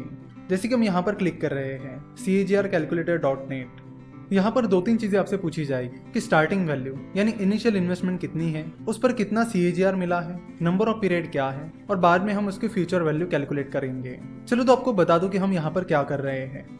सेंसेक्स ने पिछले 10 सालों में CAGR यानी कंपाउंडेड सालाना 16% रिटर्न दिया है। यानी पिछले 10 सालों में सेंसेक्स ने कंपाउंडेड सालाना 16% रिटर्न दिया है, जो कि एक बहुत अच्छा रिटर्न है। चलो तुम यहाँ पर मान लेते हैं कि आप 1 लाख रुपए सेंसेक्स में इन्वेस्ट कर रहे हो और हम ये अज्यूम करते हैं कि आने वाले सालों में अगर सेंसेक्स CAGR 15% रिटर्न आपको देता है, यानी कंपाउंडेड सालाना 15% रिटर्न आपको देता है, तो आपके 1 लाख रुपए की वैल्यू कंपाउंडिंग के बाद क्या होगी। तो जैसे कि हमने मान लिया है कि आप शुरुआत में 1 लाख रुपए इन्वेस्ट कर रहे हो, तो स्टार्टिंग वैल्यू यानी इनिशियल इन्वेस्टमेंट वैल्यू यहाँ पर हमें 1 लाख रुपए रखनी होगी। तो स्टार्टिंग वैल्यू के कॉलम में आपको लिखना है 1 लाख। हमने अज्यूम किया है कि आपको आने वाले सालों में कंपाउंडेड सालाना 15% रिटर्न मिलेगा, इसलिए CAGR के कॉलम में आपको लिखना है 15। नेक्स्ट पॉइंट आता है नंबर ऑफ पीरियड्स। तो चलो देखते हैं कि 15% कंपाउंडेड सालाना रिटर्न से 1 लाख रुपए की वैल्यू 1 साल बाद क्या रहेगी। तो नंबर ऑफ पीरियड्स में रखिए 1, क्योंकि हमें 1 साल बाद की वैल्यू पता करनी है। तो 1 साल बाद 15% CAGR से 1 लाख रुपए की वैल्यू 1,15,000 हो जाएगी। यानी 1 साल बाद 1 लाख रुपए की इन्वेस्टमेंट पर आपको 15,000 रुपए रिटर्न मिलेगा। चलो तो अब देखते हैं कि 2 साल बाद उस 1 लाख रुपए की वैल्यू क्या रहेगी। तो स्टार्टिंग वैल्यू में आपको फिर से पुट करना है 1 लाख रुपीज़, CAGR में लिखना है 15% और नंबर ऑफ पीरियड्स में लिखना है 2, क्योंकि हम यहाँ पर चेक कर रहे हैं कि 2 साल बाद 15% CAGR से 1 लाख रुपए की वैल्यू क्या रहेगी। तो 2 साल बाद उस 1 लाख रुपए की वैल्यू 1,32,250 रुपीज़ हो जाएगी। जैसे कि हमने देखा था कि 1 साल बाद उस 1 लाख रुपए की वैल्यू 1,15,000 रुपीज़ हो गई थी। तो दूसरे साल बाद आपको उस 1 लाख रुपए पर भी 15% रिटर्न मिला और पहले साल का जो रिटर्न मिला था जो कि 15,000 था, उस पर भी आपको 15% रिटर्न मिला। यानी पहले साल बाद आपको जो रिटर्न मिला उस पर भी आपको 15% रिटर्न मिला है, यानी आपको रिटर्न पर रिटर्न मिला है। तो कंपाउंडिंग की वजह से आपको 2,250 रुपीज़ एक्स्ट्रा रिटर्न मिला है। तो 2 साल बाद आपको टोटल 32,250 रुपीज़ रिटर्न मिला है। तो तीसरे साल बाद की फ्यूचर वैल्यू जब आप निकालोगे तो आपको 1 लाख रुपीज़ पर भी 15% रिटर्न मिलेगा और 2 साल बाद ये जो रिटर्न मिला है 32,250 रुपीज़, इस पर भी 15% रिटर्न मिलेगा। और इसी तरह कंपाउंडिंग काम करता है, यानी रिटर्न पर रिटर्न। यानी पहले आप जो पैसा इन्वेस्ट करते हो उसका रिटर्न भी आपको मिलता है और इनिशियल अमाउंट पर ये जो रिटर्न मिला है उस रिटर्न पर भी आपको रिटर्न मिलता है, और यही कंपाउंडिंग की ब्यूटी है। तो इसी तरह आप आने वाले सालों की फ्यूचर वैल्यू निकालोगे तो 28 साल बाद आपके 1 लाख रुपए की इनिशियल इन्वेस्टमेंट 50 लाख हो जाएगी। यानी आपके 1 लाख रुपए की इन्वेस्टमेंट 15% CAGR रिटर्न से 28 साल बाद 50 लाख रुपए हो जाएगी। यानी आपकी इनिशियल इन्वेस्टमेंट 15% CAGR रिटर्न से 28 साल में 50 गुना बढ़ गई है। इसी तरह आप 28 साल के बाद भी आपके 1 लाख रुपए की इनिशियल इन्वेस्टमेंट की फ्यूचर वैल्यू निकालोगे तो आपको पता चलेगा कि 33 ईयर्स बाद आपके 1 लाख रुपए की इन्वेस्टमेंट 1 करोड़ हो जाएगी। यानी 1 लाख रुपए की इन्वेस्टमेंट 50 लाख होने में आपको 28 साल लगे और उसके बाद और 50 लाख रुपए जुड़ने में सिर्फ 5 साल लगे। यानी 1 लाख रुपए के 50 लाख रुपए होने में 28 साल लगे और 1 लाख रुपए के 1 करोड़ रुपए बनने में 33 साल लगे। तो आप यहाँ पर देख सकते हो कि जैसे जैसे साल गुजरते जाएंगे आपके रिटर्न्स कितने तेजी से बढ़ते जाते हैं। तो इसे कहते हैं कंपाउंडिंग की पावर। और कंपाउंडिंग तभी काम करती है जब आपके इन्वेस्टमेंट लॉन्ग टर्म हो। तो हमने यहाँ पर देखा कि 1 लाख रुपए की इन्वेस्टमेंट 15% CAGR से कैसे बढ़ती है। तो ये 1 लाख रुपए की इन्वेस्टमेंट तो वन टाइम इन्वेस्टमेंट थी। अगर यही 1 लाख रुपए की इन्वेस्टमेंट हर साल की जाती, यानी हर साल 1 लाख रुपए इन्वेस्ट किए जाते, तो उसकी एक बहुत ही बड़ी टोटल अमाउंट निकल कर आती। मिस्टर वॉरेन बफेट जब भी इन्वेस्टमेंट करते हैं वो बहुत ही लॉन्ग टर्म इन्वेस्टमेंट करते हैं, क्योंकि वो चाहते हैं कि कंपाउंडिंग उनके फेवर में काम करे। यानी वो चाहते हैं कि उनके इनिशियल इन्वेस्टमेंट पर भी उन्हें रिटर्न मिले और उनके रिटर्न के रिटर्न पर भी उन्हें रिटर्न्स मिलते रहे। उन्होंने 1987 में कोका कोला में इन्वेस्ट किया था और अभी भी वो उसे होल्ड कर रहे हैं और उनके लगभग सारे इन्वेस्टमेंट्स बहुत ही लॉन्ग टर्म रही है, जिसमें उन्हें कंपाउंडिंग का बहुत फायदा मिला है। हम चाहते थे कि स्टॉक मार्केट इन्वेस्टमेंट शुरू करने से पहले आपको कंपाउंडिंग के बारे में पता चले ताकि आप इसका यूज अपने फेवर में कर सके, और इसीलिए हमने काफी ज्यादा फोकस देकर ये टॉपिक यहाँ पर कवर किया है। नमस्कार, stock market course for beginners के 12th पार्ट में आपका स्वागत है। इस पार्ट में हम जनरल कंसल्टेंसी, जिसे विवेक और योगेश ने शुरू किया था, उसके आगे की जर्नी के बारे में बात करेंगे। जनरली 3 टाइप्स की कंपनीज होती है, small cap companies, mid cap companies और लार्ज कैप कंपनीज। एक और भी तरीका होता है जिसे कहते हैं पेनी स्टॉक्स, उसके बारे में हम इसी लेक्चर में बाद में बात करेंगे। तो पहले हमें पता करना होगा कि जनरल कंसल्टेंसी एक स्मॉल कैप कंपनी है, मिड कैप कंपनी है, लार्ज कैप कंपनी है या फिर पेनी स्टॉक है।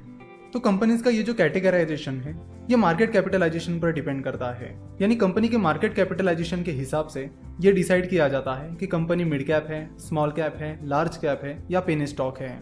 तो अगर आपको मार्केट कैपिटलाइजेशन क्या होता है ये पता नहीं है तो आपको बता दूं कि मार्केट कैपिटलाइजेशन से कंपनी की साइज पता चलती है, यानी ये पता चलता है कि कंपनी छोटी है, मीडियम साइज की है, बड़ी है या फिर बहुत ही छोटी है। तो यहाँ पर अगर आपको पता करना है कि जनरल कंसल्टेंसी बड़ी कंपनी है या छोटी कंपनी है तो उसके लिए आपको पता करना होगा उसका मार्केट कैपिटलाइजेशन, और मार्केट कैपिटलाइजेशन का फॉर्मूला है share price multiplied by number of shares. तो मान लेते हैं कि जनरल कंसल्टेंसी के टोटल शेयर्स 16,33,98,690 है और जनरल कंसल्टेंसी की शेयर प्राइस फिलहाल 320 रुपए चल रही है। तो आप नंबर ऑफ शेयर्स को यानी 16,33,98,690 को जनरल कंसल्टेंसी के शेयर प्राइस यानी 320 रुपए से मल्टीप्लाई करते हो तो आपको जनरल कंसल्टेंसी की मार्केट कैपिटलाइजेशन पता चलेगी, जो कि निकल कर आती है 5,228.75 करोड़। तो यहाँ पर हमें जनरल कंसल्टेंसी की मार्केट कैपिटलाइजेशन पता चल गई है। तो अब जनरल कंसल्टेंसी की मार्केट कैपिटलाइजेशन 5,228.75 करोड़ है। तो फिर जनरल कंसल्टेंसी एक स्मॉल कैप कंपनी है, मिड कैप कंपनी है या लार्ज कैप कंपनी है या फिर वो पेनी स्टॉक है, ये कैसे पता करें? तो जनरली जिन कंपनीज का मार्केट कैपिटलाइजेशन 14-15,000 करोड़ से कम होता है उन्हें स्मॉल कैप कंपनीज कहा जाता है, और जिन कंपनीज का मार्केट कैपिटलाइजेशन 14-15,000 करोड़ से 80-90,000 करोड़ के बीच रहता है उन्हें मिड कैप कंपनीज कहा जाता है, और जिन कंपनीज का मार्केट कैपिटलाइजेशन 80-90,000 करोड़ से ऊपर रहता है उन्हें लार्ज कैप कंपनीज कहा जाता है। जनरल कंसल्टेंसी का मार्केट कैपिटलाइजेशन 5,228.75 करोड़ है, यानी उसका मार्केट कैपिटलाइजेशन 14-15,000 करोड़ से कम है, इसलिए जनरल कंसल्टेंसी एक स्मॉल कैप कंपनी है।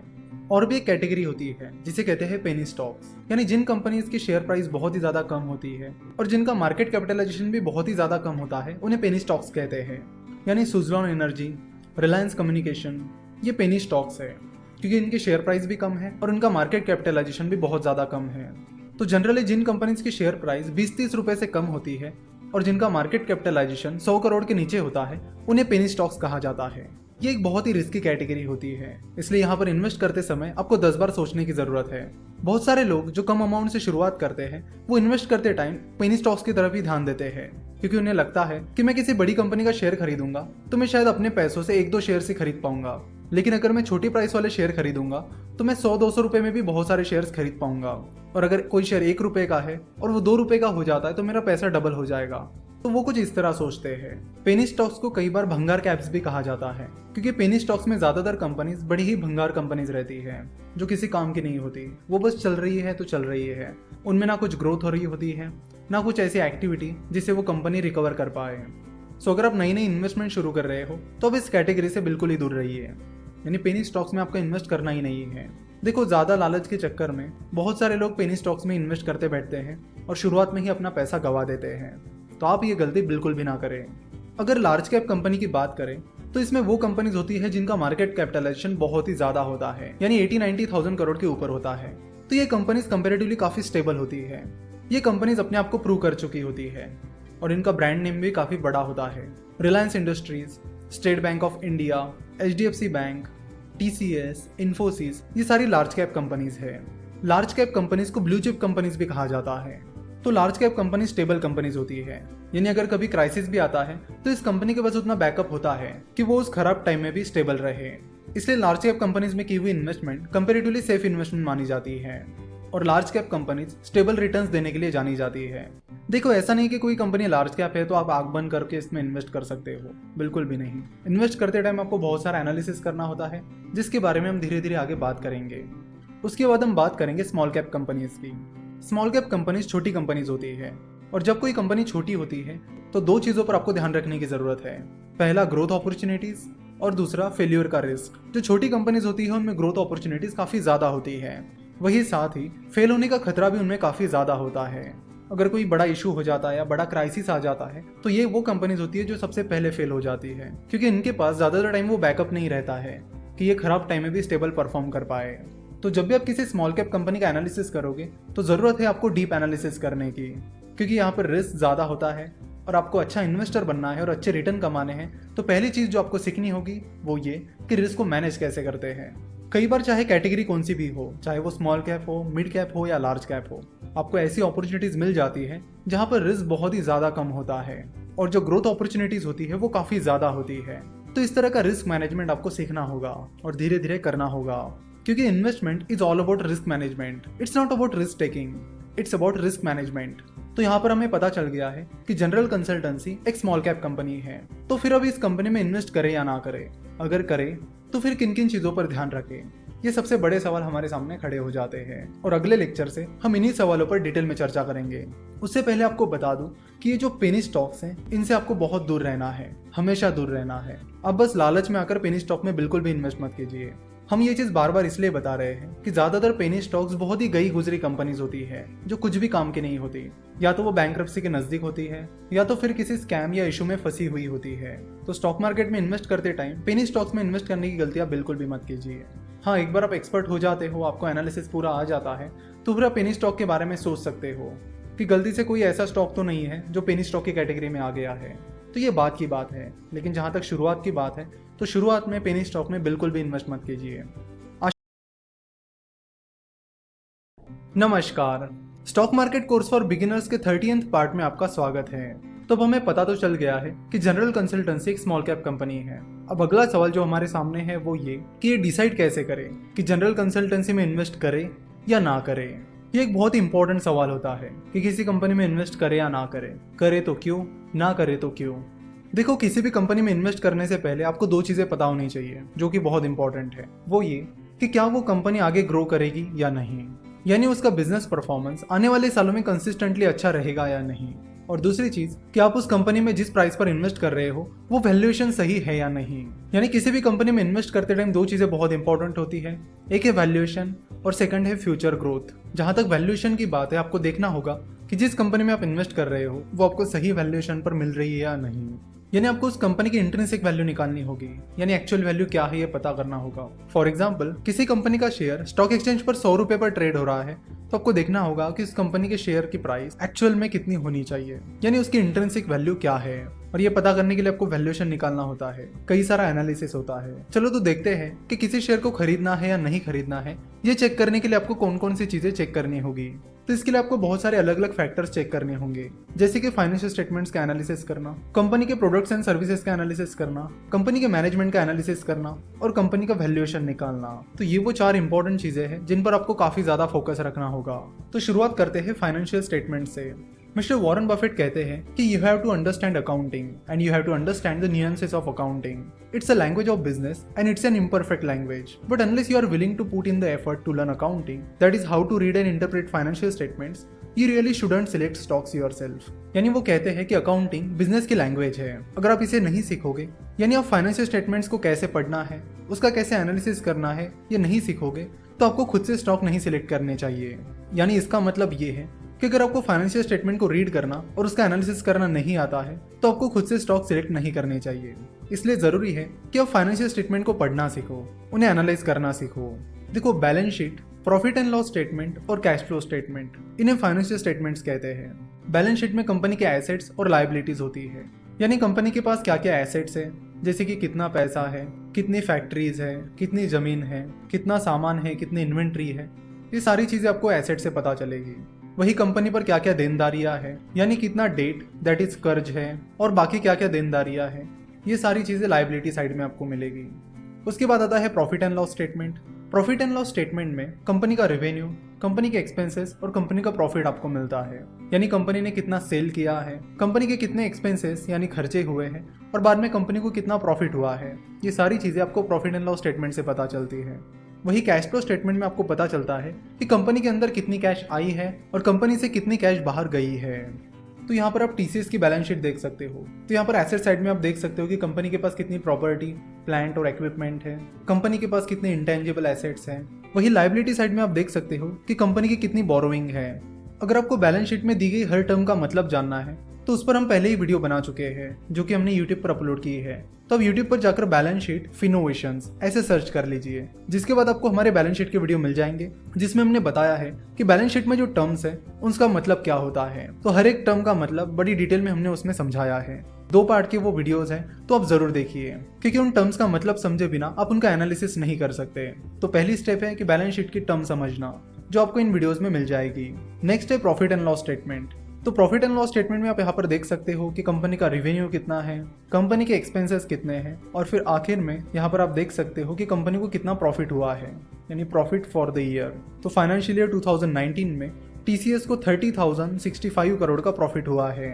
तो आपको प्रॉफिट एंड लॉस स्टेटमेंट में जो टर्म्स है उन्हें समझना है, तो उस पर भी हम वीडियो बना चुके हैं। तो उसके लिए आपको यूट्यूब पर टाइप करना होगा profit and loss statement Finnovations, जिसके बाद आपको वो वीडियो मिल जाएगा जिसमें हमने प्रॉफिट एंड लॉस स्टेटमेंट की सारी टर्म्स को डिटेल में समझाया है। वैसे प्रॉफिट एंड लॉस स्टेटमेंट बहुत ही सिंपल होता है। सबसे ऊपर होता है रेवेन्यू, यानी कंपनी का टोटल सेल कितना हुआ है, उसमें से एक्सपेंसेस डिडक्ट किए जाते हैं, यानी जो कि एम्प्लॉय की सैलरी है, कंपनी को अपने प्रोडक्ट बनाने में जो खर्चा आया है वो डिडक्ट किया जाएगा। और फिर बाकी चीजें जैसे कि डिप्रिसिएशन एंड अमोर्टाइजेशन, इंटरेस्ट और टैक्सेस, ये सारी चीजें रेवेन्यू से डिडक्ट करने के बाद आपको कंपनी का नेट प्रॉफिट मिलेगा। नेक्स्ट लेक्चर में हम आपको प्रॉफिट एंड लॉस एक एग्जाम्पल के साथ बड़े आसानी से समझा देंगे। आशा करते हो कि नमस्कार, stock market course for beginners के 40th लेक्चर में आपका स्वागत है। पिछले पार्ट में हम फाइनेंशियल स्टेटमेंट्स और बैलेंस शीट के बारे में बात कर रहे थे और आज हम प्रॉफिट एंड लॉस स्टेटमेंट की बात करेंगे।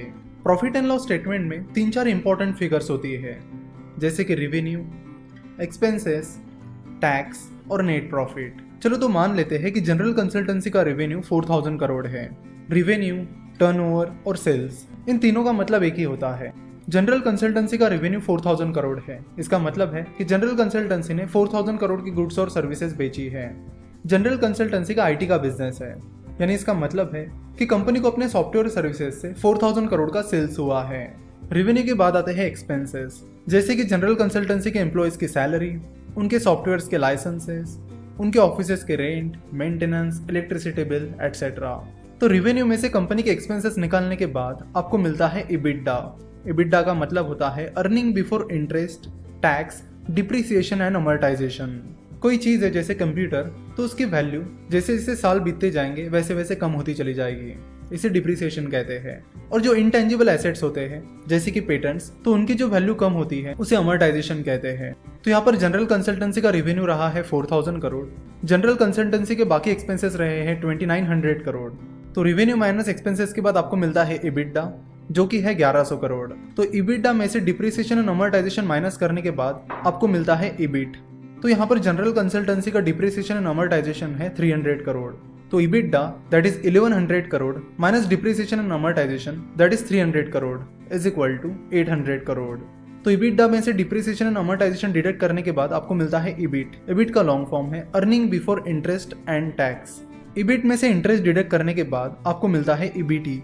तो यहाँ पर जनरल कंसल्टेंसी का इंटरेस्ट है 50 crore rupees. So EBIT that is 800 crore minus interest that is 50 crore is equal to 750 crore. तो जनरल कंसल्टेंसी का EBT that is earning before tax है 750 करोड़। तो अर्निंग बिफोर टैक्स में से जो कंपनी ने टैक्स पे किया है वो आप डिडक्ट करोगे तो आपको मिलेगा ईएटी, यानी अर्निंग आफ्टर टैक्स, जिसे पैट यानी प्रॉफिट आफ्टर टैक्स भी कहते हैं। तो यहाँ पर ईबिट है 750 करोड़ माइनस टैक्स है 250 करोड़। तो कंपनी का अर्निंग आफ्टर टैक्स आएगा 500 करोड़। वैसे अर्निंग आफ्टर टैक्स को नॉर्मली पैट कहते हैं, यानी प्रॉफिट आफ्टर टैक्स, जो कि कंपनी का नेट प्रॉफिट होता है। ये एक बहुत इंपॉर्टेंट फिगर है जिस पर आपको हमेशा ध्यान रखना है, प्रॉफिट आफ्टर टैक्स। तो यहाँ पर जनरल कंसल्टेंसी का प्रॉफिट आफ्टर टैक्स है 500 करोड़। तो ये था प्रॉफिट एंड लॉस स्टेटमेंट। उसके बाद आता है cash flow statement. Cash flow statement में मेनली 3 चीज़ें होती है, cash flow from operating activities, cash flow from investing activities और cash flow from financing activities. Cash flow से आपको एक बहुत ही इंपॉर्टेंट चीज़ मिलती है और उसका नाम है फ्री कैश फ्लो।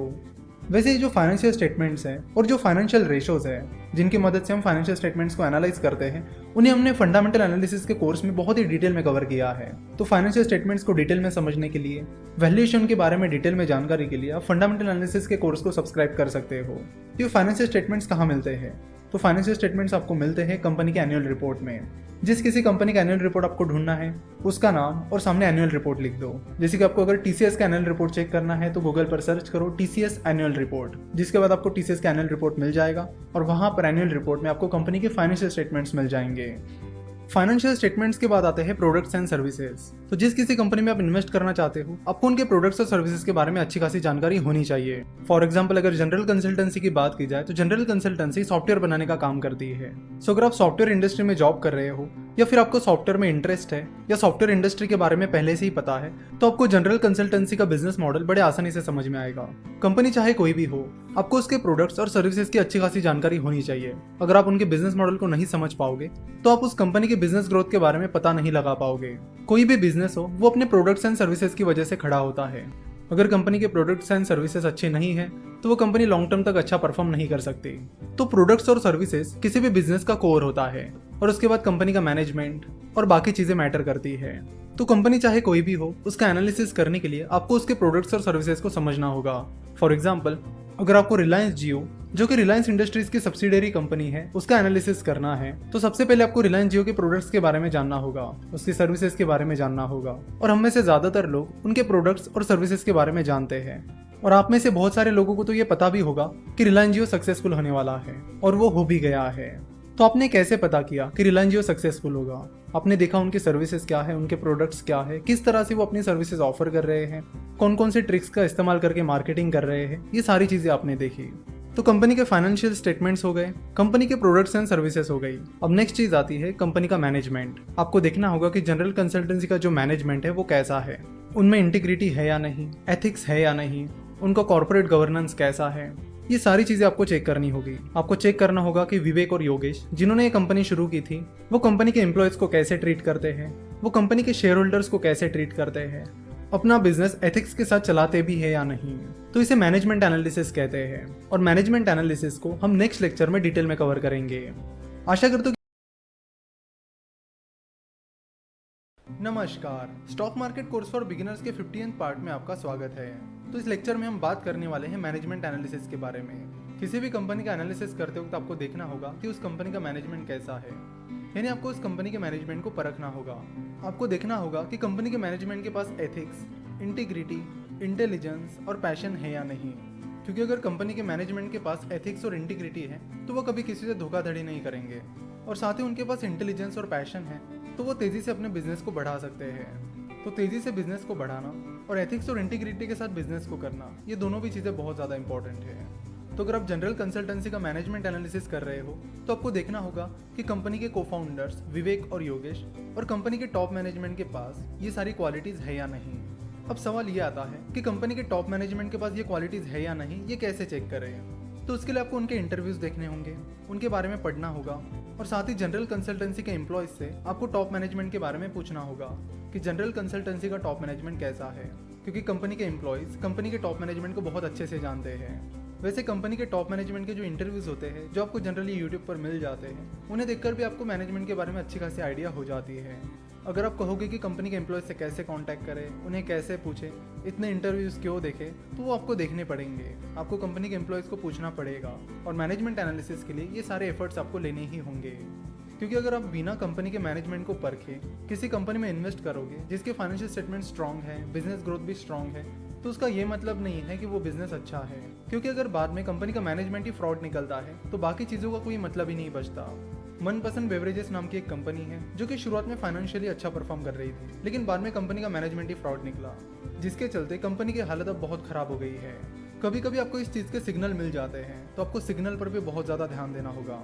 जैसे कि मनपसंद बेवरेजेस की बात की जाए तो मनपसंद बेवरेजेस के ऑडिटर डेलॉयट हस्किन्स एंड सेल्स ने मई 2018 में रिजाइन कर दिया था, और उन्होंने रिजाइन करते वक्त ये रीजन बताया था कि मनपसंद बेवरेजेस कंपनी का इंपॉर्टेंट डेटा हमारे साथ शेयर नहीं कर रहा है। यानी मनपसंद बेवरेजेस अपने ऑडिटर के साथ अपना इंपॉर्टेंट डेटा शेयर नहीं कर रहा था। तो अगर कंपनी अपना इंपॉर्टेंट डेटा अपने ऑडिटर के साथ शेयर नहीं कर रही है तो वो ऑडिटर कंपनी का ऑडिट कैसे करेगा। और इसी रीजन के चलते डेलॉयट ने रिजाइन कर दिया था। और फिर बराबर 1 साल बाद यानी मई 2019 में मनपसंद बेवरेजेस का जीएसटी फ्रॉड सामने आया, जिसमें कंपनी के एमडी और चीफ फाइनेंशियल ऑफिसर को अरेस्ट कर लिया गया। बाद में कंपनी के बहुत सारे बोर्ड मेंबर ने भी रिजाइन कर दिया। तो कई बार आपको इस चीज़ के सिग्नल मिल जाते हैं, ज़रूरत होती है आपको अलर्ट रहने की। और कंपनी के खराब मैनेजमेंट की वजह से फिर कंपनी के शेयर होल्डर्स को बहुत ज़्यादा नुकसान हुआ। पिछले साल अप्रैल में मनपसंद बेवरेजेस की शेयर प्राइस 400 रुपये थी और अभी जून 2019 में कंपनी की शेयर प्राइस 30 रुपीज़ है। तो आप देख सकते हो कि शेयर होल्डर्स को इस कंपनी में कितना ज़्यादा नुकसान हुआ है, जिसका मेन रीज़न है फ्रॉड मैनेजमेंट। तो बस कंपनी के फाइनेंशियल स्टेटमेंट्स देखने से काम नहीं चलता है। मैनेजमेंट एनालिसिस बहुत इंपॉर्टेंट है जो आपको करना ही होगा और उसे करने के लिए एक्स्ट्रा एफर्ट्स लेने होंगे। इसी तरह फोर्टिस हेल्थकेयर के ऑडिटर ने भी पिछले साल रिजाइन कर दिया था, जिसके बाद कंपनी के फाउंडर सिंह ब्रदर्स का फ्रॉड सामने आया था। तो जब भी कोई ऑडिटर कंपनी से रिजाइन कर देता है तो आपको उस वक्त अलर्ट होने की ज़रूरत है। आपको देखना होगा कि उस कंपनी के ऑडिटर ने क्यों रिजाइन कर दिया है। अगर उन्होंने बताया हुआ रीज़न आपको सेंसिटिव लगता है तो आपको तभी अलर्ट होने की ज़रूरत है। कंपनी के मैनेजमेंट को परखना उतना आसान काम नहीं है। आपको कंपनी के टॉप मैनेजमेंट में जो लोग हैं उनका बिहेवियर देखना होगा, उन्होंने जो डिसीजंस लिए हैं उन्हें ट्रैक करना होगा। जैसे कि आईसीआईसीआई बैंक की former chairman miss Chanda Kochhar की बात की जाए तो शुरुआत में सब लोग उन्हें प्रेज कर रहे थे, लेकिन बाद में उन्होंने ऐसे कारनामे किए कि उन पर अब फ्रॉड केसेस चल रहे हैं। मिस चंदा कोचर के हस्बैंड दीपक कोचर और वीडियोकॉन इंडस्ट्रीज के chairman mister Venugopal Dhoot business partners थे। तो मिस चंदा कोचर पर यह आरोप है कि उन्होंने अपने जाती फायदे के लिए वीडियोकॉन इंडस्ट्री को आईसीआईसीआई बैंक से लोन अप्रूव कर दिया और बाद में ये जो लोन आईसीआईसीआई बैंक ने वीडियोकॉन इंडस्ट्रीज को दिया था वो पैसा वीडियोकॉन इंडस्ट्रीज ने मिस्टर दीपक कोचर की कुछ कंपनीज में डाइवर्ट कर दिया। तो एक बहुत ही सीरियस मामला है जिस पर इंक्वायरी चल रही है। Enforcement directorate that is ED इस मामले की इंक्वायरी कर रहा है। तो मनपसंद बेवरेजेस जैसे कई सारे एग्जाम्पल्स हैं जहां पर कंपनी के मैनेजमेंट के फ्रॉड की वजह से कंपनी की बैंड बच गई है। इसलिए जिस किसी कंपनी का एनालिसिस आप कर रहे हो उसका डीप मैनेजमेंट एनालिसिस करना जरूरी है। बेसिकली कंपनी का जो एनुअल रिपोर्ट होता है उसमें कंपनी के मैनेजमेंट के बारे में काफ़ी सारी इन्फॉर्मेशन दी गई होती है। एनुअल रिपोर्ट में एक सेक्शन होता है जिसका नाम है management team and board of directors, जहां पर आपको कंपनी के टॉप मैनेजमेंट की बेसिक इन्फॉर्मेशन मिल जाती है। उसके बाद एक और इम्पॉर्टेंट सेक्शन है जो आपको चेक करना होगा, उसका नाम है मैनेजमेंट डिस्कशन एंड एनालिसिस। तो एनुअल रिपोर्ट में ये सेक्शन आपको ढूंढना होगा और उसे पढ़ना होगा। तो मैनेजमेंट डिस्कशन एंड एनालिसिस पढ़कर आपको कंपनी के मैनेजमेंट के प्लान्स के बारे में काफ़ी अच्छी आइडिया आ जाएगी। मैनेजमेंट एनालिसिस के बाद आता है वैल्यूएशन। बेसिकली वैल्यूएशन के 3 टाइप्स हैं, DCF method that is discounted cash flow method, comparable company analysis method और प्रीसिडेंट ट्रांजैक्शन एनालिसिस। तो precedent transaction analysis basically startup के वैल्यूएशन के लिए यूज किया जाता है। स्टॉक मार्केट में जो कंपनीज लिस्टेड होती है उनके लिए बेसिकली 2 तरह के वैल्यूएशन यूज किए जाते हैं, DCF मेथड और कंपेरेबल कंपनी एनालिसिस। तो वैल्यूएशन होता क्या है? तो वैल्यूएशन से हमें ये पता चलता है कि कंपनी की जो शेयर प्राइस है वो सही है या नहीं, जिसके लिए हमें कंपनी के शेयर प्राइस को उसकी वैल्यू से कंपेयर करना होगा। मिस्टर वॉरेन बफेट कहते हैं कि प्राइस इज व्हाट यू पे and value is what you get. तो किसी भी कंपनी में इन्वेस्ट करने से पहले आपको ये देखना होगा कि आप जिस प्राइस पर उस कंपनी का शेयर खरीद रहे हो वो सही प्राइस है या नहीं, क्या सही में उस शेयर की वैल्यू उतनी है, ये आपको चेक करना होगा। और यही रीजन है कि कंपनी का वैल्यूएशन निकाला जाता है, ताकि आपको पता चले कि जो प्राइस आप पे कर रहे हो वो सही प्राइस है या नहीं। जब कंपनी की शेयर प्राइस उस शेयर की वैल्यू से काफी ज्यादा होती है तो उसे ओवर वैल्यूड शेयर कहा जाता है, और जब किसी शेयर की प्राइस उसकी वैल्यू से कम होती है तो उसे अंडर वैल्यूड स्टॉक कहा जाता है। तो वैल्यूएशन निकालने का अल्टीमेट गोल ये होता है कि कंपनी का शेयर अंडर वैल्यूड है, ओवर वैल्यूड है या फिर फेयरली वैल्यूड है। जहां तक कंपेरेबल कंपनी एनालिसिस की बात की जाए तो कंपेरेबल कंपनी एनालिसिस में कुछ रेशोज की मदद से अलग अलग कंपनीज का वैल्यूएशन कंपेयर किया जाता है। तो सिंपल भाषा में बताओ तो कंपेरेबल कंपनी एनालिसिस में कंपनी का वैल्यूएशन नहीं निकाला जाता, बस कंपनी के वैल्यूएशन को उसी तरह की अलग अलग कंपनी से कंपेयर किया जाता है। जनरली कंपेरेबल कंपनी एनालिसिस में price to earning ratio that is PE ratio को कंपेयर किया जाता है। PE रेशो का वीडियो हम ऑलरेडी यूट्यूब पर अपलोड कर चुके हैं, इसलिए यहाँ पर हम उसके बारे में बात नहीं करेंगे। अब यूट्यूब पर व्हाट इज PE रेशो और सामने फिनोवेशन सर्च करिए तो आपको ये वीडियो मिल जाएगा जहाँ पर हमने बताया है कि what is PE ratio and how to analyse it. वैसे आप PE रेशो पर वैल्यूएशन के लिए ज्यादा डिपेंड नहीं रह सकते। वैल्यूएशन का बेहतर तरीका है DCF method that is discounted cash flow method. नमस्कार, stock market course for beginners के 60th पार्ट में आपका स्वागत है। पिछले कुछ पार्ट्स में हमने कंपनी एनालिसिस के बारे में बात की थी। तो अगर आपको कंपनी एनालिसिस के बारे में डिटेल में जानकारी चाहिए तो आप फंडामेंटल एनालिसिस कोर्स को सब्सक्राइब कर सकते हो। तो चलो मान लेते कि आपने जनरल कंसल्टेंसी का पूरा एनालिसिस किया, जिसके बाद आपको पता चला कि जनरल कंसल्टेंसी के जो प्रोडक्ट्स है वो काफ़ी अच्छे हैं, उसमें अच्छी खासी ग्रोथ हो सकती है। साथ ही आपने पाया कि जनरल कंसल्टेंसी का top management ethics, integrity, intelligence और पैशन से भरा है। अपनी कंपनी का वैल्यूएशन निकाला और कंपनी का वैल्यूएशन भी आपको सही लगा। कंपनी के पिछले फाइनेंशियल परफॉर्मेंस को देखकर भी आप काफ़ी इंप्रेस हुए, जिसके चलते आपने ये डिसीजन लिया कि आपको जनरल कंसल्टेंसी में इन्वेस्ट करना है। तो इन्वेस्ट करने के लिए ज़रूरत है सेविंग की, यानी आपको पैसे सेव करने पड़ेंगे और फिर वो पैसे इन्वेस्ट करने पड़ेंगे। आपको जो सैलरी मिलती है वो आपकी एक्टिव इनकम होती है, और उस सैलरी को इन्वेस्ट करके जो आपको रिटर्न मिलते हैं वो आपकी पैसिव इनकम होती है। तो आपकी कोशिश होनी चाहिए कि आपकी ज़्यादा से ज़्यादा एक्टिव इनकम पैसिव इनकम में कन्वर्ट हो, यानी आपकी सैलरी में से ज़्यादा पैसा आपको सेव करना चाहिए और उसे फिर इन्वेस्ट करना चाहिए ताकि वो पैसा आपके लिए काम करे। तो पैसिव इनकम में पैसा आपके लिए काम करता है, यानी आप पैसों को काम पर लगाते हो। तो पहली चीज़ ये है कि आपको सेविंग की आदत लगानी होगी, रेगुलर सेविंग करना होगा और रेगुलर इन्वेस्टमेंट करनी होगी। कई सारे लोग एक बार इन्वेस्टमेंट करते हैं और फिर 5 साल 10 साल तक उसे देखते रहते हैं, जो कि इन्वेस्टमेंट का सही तरीका नहीं है। आपको लगातार सेविंग करनी चाहिए और अपने एक्सपर्टीज़ के हिसाब से जो एसेट क्लासेस आपको कंफर्टेबल लगते हैं उनमें इन्वेस्ट करना चाहिए। तो अब बात करते हैं कि आपको शुरुआत कैसे करनी है। साथ ही हम ये भी देखेंगे कि शुरुआत में आपको क्या चीज़ें करनी चाहिए और क्या नहीं। तो जैसे कि हमें पता है स्टॉक मार्केट में इन्वेस्ट करने के लिए डीमैट अकाउंट कंपलसरी होता है। तो कहाँ पर डीमैट अकाउंट खोले ये चेक करने के लिए आप हमारी वेबसाइट www.finnovations.com पर जाकर स्टॉक ब्रोकरेज फर्म्स कंपेयर कर सकते हो और उस स्टॉक ब्रोकरेज फर्म के पास अपना डीमैट अकाउंट खोल सकते हो जो आपकी रिक्वायरमेंट को सूट करता है। तो डीमैट अकाउंट खोलने के बाद वो स्टॉक ब्रोकरेज फर्म आपको यूजर नेम और पासवर्ड सेंड करेंगे आपकी ईमेल आईडी पर, और फिर उस ब्रोकरेज फर्म की वेबसाइट से या उस ब्रोकरेज फर्म का ऐप डाउनलोड करके आप अपने लॉगिन डिटेल्स डाल दीजिए और फिर जिस किसी कंपनी में आपको इन्वेस्ट करना है उसका नाम टाइप करिए, कितने शेयर्स आपको खरीदने हैं वो टाइप करिए और कुछ बाकी बेसिक डिटेल्स एंटर करके आप शेयर्स आसानी से बाय कर सकते हो। किसी मोबाइल ऐप से शेयर बाय कैसे करते हैं इसके डेमो भी हमने दे दिए हैं, जैसे कि शेयर खान, अपस्टॉक्स, इन जैसे कई सारे ब्रोकरेज फर्म के डेमो हम यूट्यूब पर अपलोड कर चुके हैं। तो आपकी इन्वेस्टमेंट जर्नी शुरू करने से पहले हम आपको बताना चाहते हैं कि मिस्टर चार्ली मंगर का एक बहुत ही इंपॉर्टेंट कोट है। वो कहते हैं कि the big money is not in the buying and selling but in the waiting, यानी वो कहते हैं कि पैसा खरीदने बेचने में नहीं है, पैसा है वेट करने में। यानी वो कहना चाहते हैं कि आप किसी कंपनी के शेयर्स को खरीदते हो फिर तुरंत उन्हें बेच देते हो, फिर किसी और कंपनी का शेयर आप खरीदते हो फिर उसे तुरंत बेच देते हो, तो इससे आपका बड़ा पैसा नहीं बनेगा। क्योंकि अगर आप शेयर को खरीदोगे और उसे तुरंत बेच दोगे तो कंपाउंडिंग आपके फेवर में काम नहीं कर पाएगी।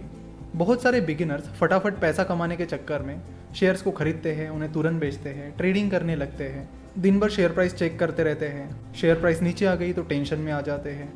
तो आप समझ लो कि स्टॉक मार्केट इन चीज़ों के लिए नहीं बना है। तो आपको समझना होगा कि आपको उन बिजनेसेस में इन्वेस्ट करना चाहिए जिसमें आपको फ्यूचर ग्रोथ दिखती है, यानी उन बिजनेसेस में आपको इन्वेस्ट करना चाहिए जिसकी फ्यूचर परफॉर्मेंस और बिजनेस ग्रोथ पर आप कॉन्फिडेंट हो। तो आपको उस कंपनी के शेयर्स तब तक होल्ड करने चाहिए जब तक आप उस कंपनी के बिजनेस पर कॉन्फिडेंट हो। जब आपको लगता है कि उस कंपनी की बिजनेस ग्रोथ अब थम गई है, कंपनी आगे ग्रो नहीं करेगी, आपको कॉन्फिडेंट नहीं है कंपनी के बिजनेस पे, तभी आपको कंपनी के शेयर सेल करने चाहिए। बस शेयर प्राइस ऊपर गई है तो शेयर सेल कर दो, या शेयर प्राइस नीचे चली गई है तो शेयर सेल कर दो, ऐसा करके नहीं चलता है। जब आप किसी कंपनी में इन्वेस्ट करते हो तब आप उस कंपनी के भागीदार बन जाते हो, तो उस इन्वेस्टमेंट को आपको एक ओनरशिप की तरह ही ट्रीट करना होगा। और फिर जब आप ऐसा करोगे और अपने इन्वेस्टमेंट को तब तक होल्ड करके रखोगे जब तक आप उस बिजनेस की फ्यूचर ग्रोथ पर कॉन्फिडेंट हो, तो कंपाउंडिंग ऑटोमेटिकली आपके फेवर में काम करेगी। और ये कंपाउंडिंग ही है जो आपको बहुत ज़्यादा रिटर्न कमाने में मदद करेगी। तो इन्वेस्टमेंट का ये रूल हमेशा याद रखिए कि बिजनेस में तब तक इन्वेस्ट करिए जब तक आप उस बिजनेस की फ्यूचर ग्रोथ पर कॉन्फिडेंट हो। मिस्टर वॉरेन बफेट ने कोका कोला में 1987 में इन्वेस्ट किया था और अभी भी वो कोका कोला में इन्वेस्टेड है, क्योंकि वो अभी भी कोका कोला के फ्यूचर ग्रोथ पर कॉन्फिडेंट है। तो इस तरह पिछले 30-35 ईयर्स से वो कोका कोला में इन्वेस्टेड है, जिसकी वजह से कंपाउंडिंग ने उनके फेवर में काम किया है, जिसका नतीजा ये हुआ कि उन्हें बहुत ज़्यादा रिटर्न मिला है।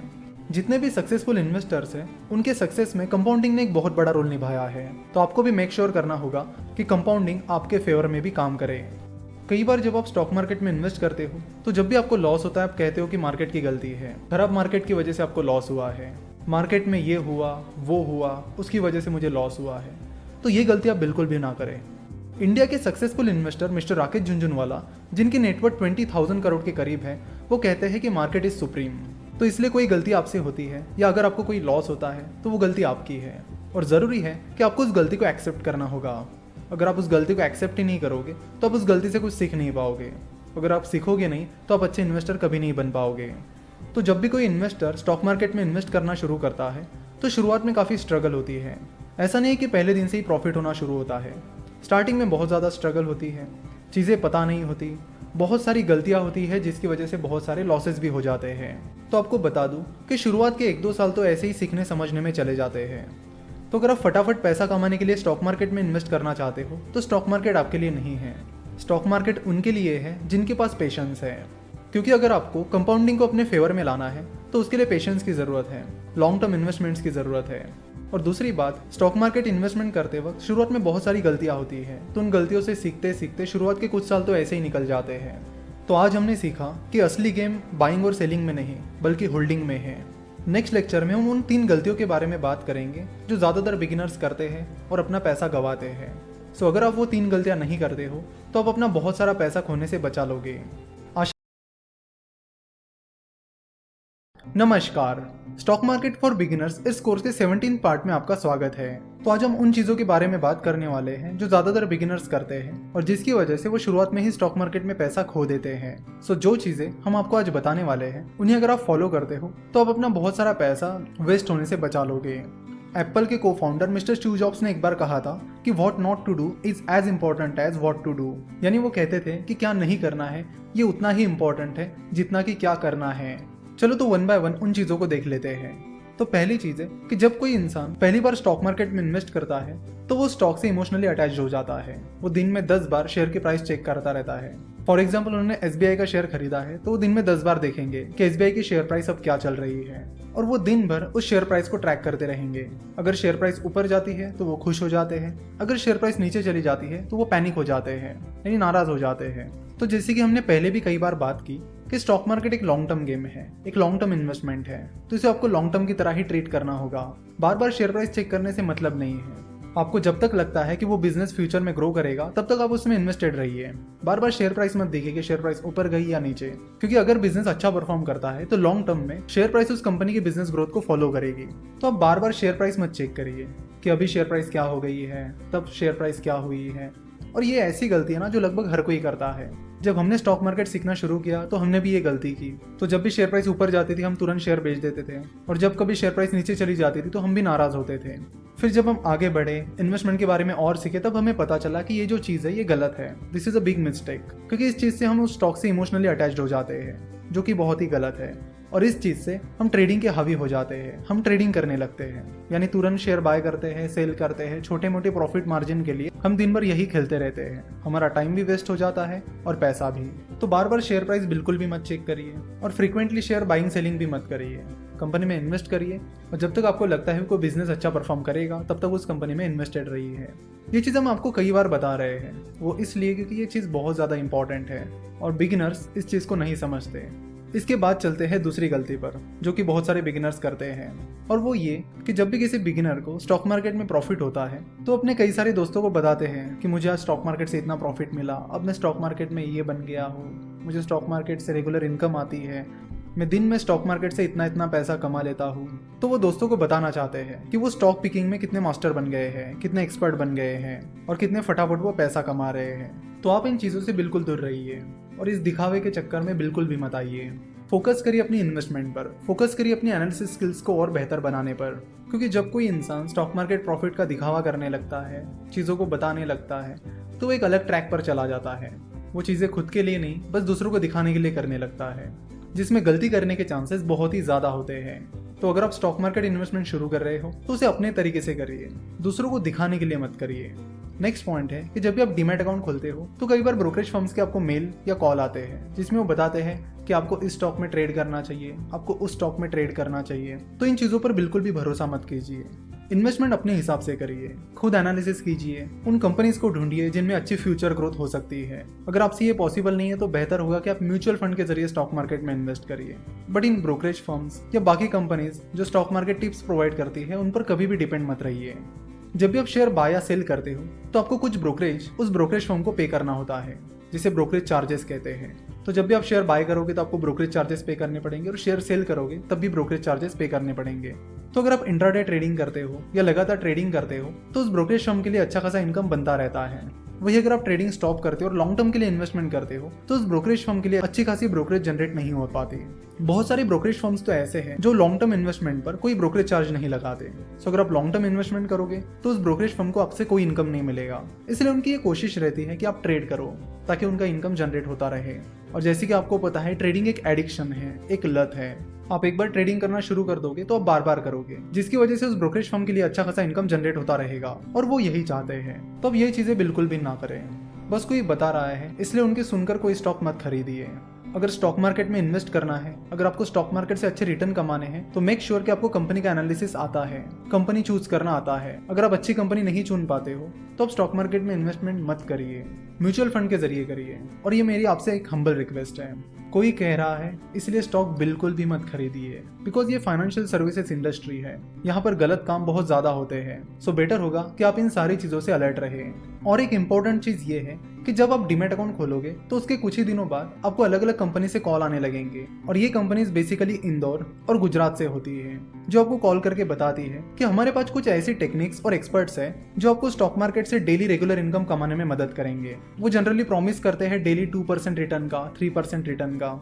ये लोग आपको बताते हैं कि कैसे आपका पैसा इतने इतने टाइम में ही डबल हो जाएगा, ट्रिपल हो जाएगा। तो इनकी बातों में बिल्कुल भी मत आइए। ये लोग अलग अलग कॉम्प्लेक्स टर्म्स का इस्तेमाल करते हैं ताकि सामने वाले को लगे कि हाँ उनके पास स्टॉक मार्केट का एक्सपर्टीज है। वो आपको बड़े बड़े प्रोमिसेस भी करेंगे कि इतना रिटर्न तो मिलेगा ही मिलेगा।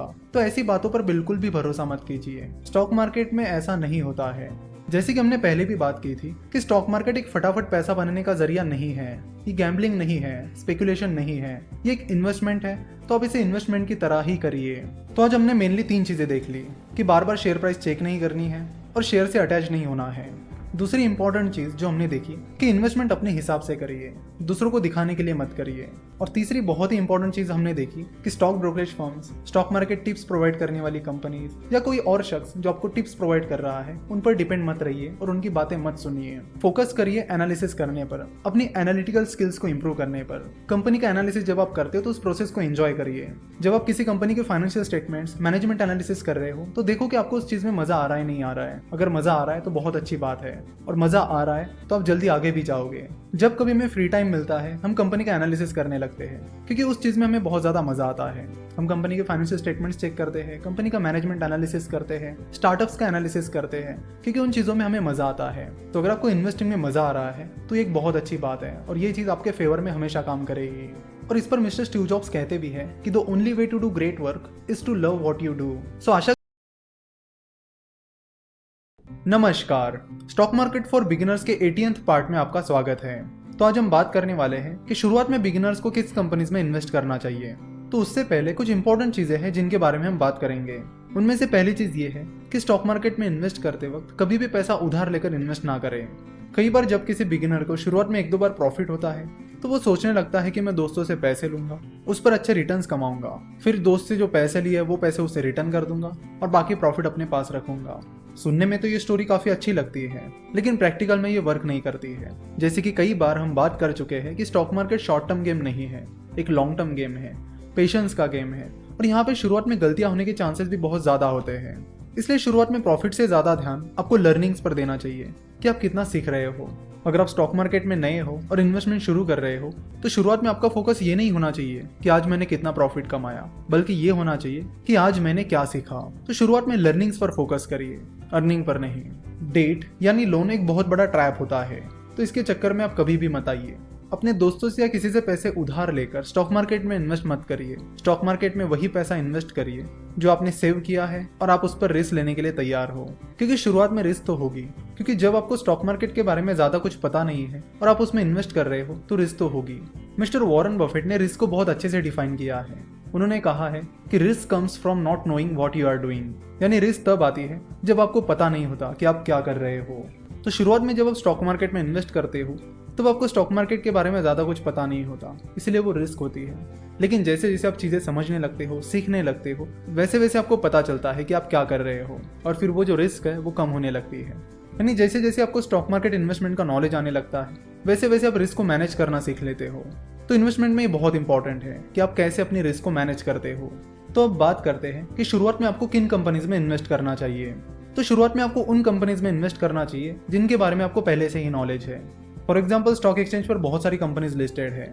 BSE पर 5500 से ज़्यादा कंपनीज लिस्टेड है और NSE that is national stock exchange पर 1600 से ज़्यादा कंपनीज लिस्टेड है। सो अगर आप शुरुआत में उसमें से कोई रैंडम कंपनी उठा लेते हो, उसका एनालिसिस करते हो, तो वो काफ़ी डिफिकल्ट चीज़ हो जाएगी। सो बेहतर है कि शुरुआत में आप उन कंपनीज पर फोकस करिए जिनके बारे में आपको पहले से ही जानकारी है, जिनकी फ्यूचर ग्रोथ को आप आसानी से प्रेडिक्ट कर सकते हो। फॉर एग्जाम्पल आप में से बहुत सारे लोग रॉयल एनफील्ड को जानते हैं, आप में से बहुत सारे लोग उसे चलाते भी होंगे। तो अगर आपको रॉयल एनफील्ड के बारे में डिटेल जानकारी है, आपको उसके सारे फीचर्स के बारे में पता है, तो आप पता कर सकते हो कि उसकी डिमांड आने वाले टाइम में बढ़ेगी या कम होगी, उसकी फ्यूचर ग्रोथ कैसे रहेगी। ऑब्वियसली उसके लिए आपको एनालिसिस भी करना पड़ेगा, लेकिन यहाँ पर इंपॉर्टेंट चीज़ ये है कि आपको पहले से ही रॉयल एनफील्ड के बारे में बहुत सारी जानकारी है। सो अगर आपको लगता है कि रॉयल एनफील्ड आने वाले टाइम में बूम करने वाली है, तो पहली चीज़ आपको देखनी होगी कि रॉयल एनफील्ड की पेरेंट कंपनी कौन है। तो रॉयल एनफील्ड की पेरेंट कंपनी का नाम है आइशर मोटर्स। अब आपको ये देखना होगा कि रॉयल एनफील्ड आइशर मोटर में कितना कंट्रीब्यूट करती है, यानी आइशर मोटर का जो टोटल रेवेन्यू है उसमें रॉयल एनफील्ड का कंट्रीब्यूशन कितना है। तो उसे चेक करने के बाद आपको पता चलेगा कि आइशर मोटर के टोटल प्रॉफिट का 90% कंट्रीब्यूशन रॉयल एनफील्ड से आता है। इसका मतलब है कि आइशर मोटर को अपना ज्यादातर प्रॉफिट रॉयल एनफील्ड से मिल रहा है। सो अगर आपको लगता है कि रॉयल एनफील्ड आने वाले टाइम में बहुत अच्छा परफॉर्म कर सकता है, तो आप आइशर मोटर में इन्वेस्टमेंट के बारे में सोच सकते हो। वही अगर आपको लगता है कि रॉयल एनफील्ड अच्छा खासा ग्रो नहीं कर सकती, तो आप उसे अवॉइड कर सकते हो।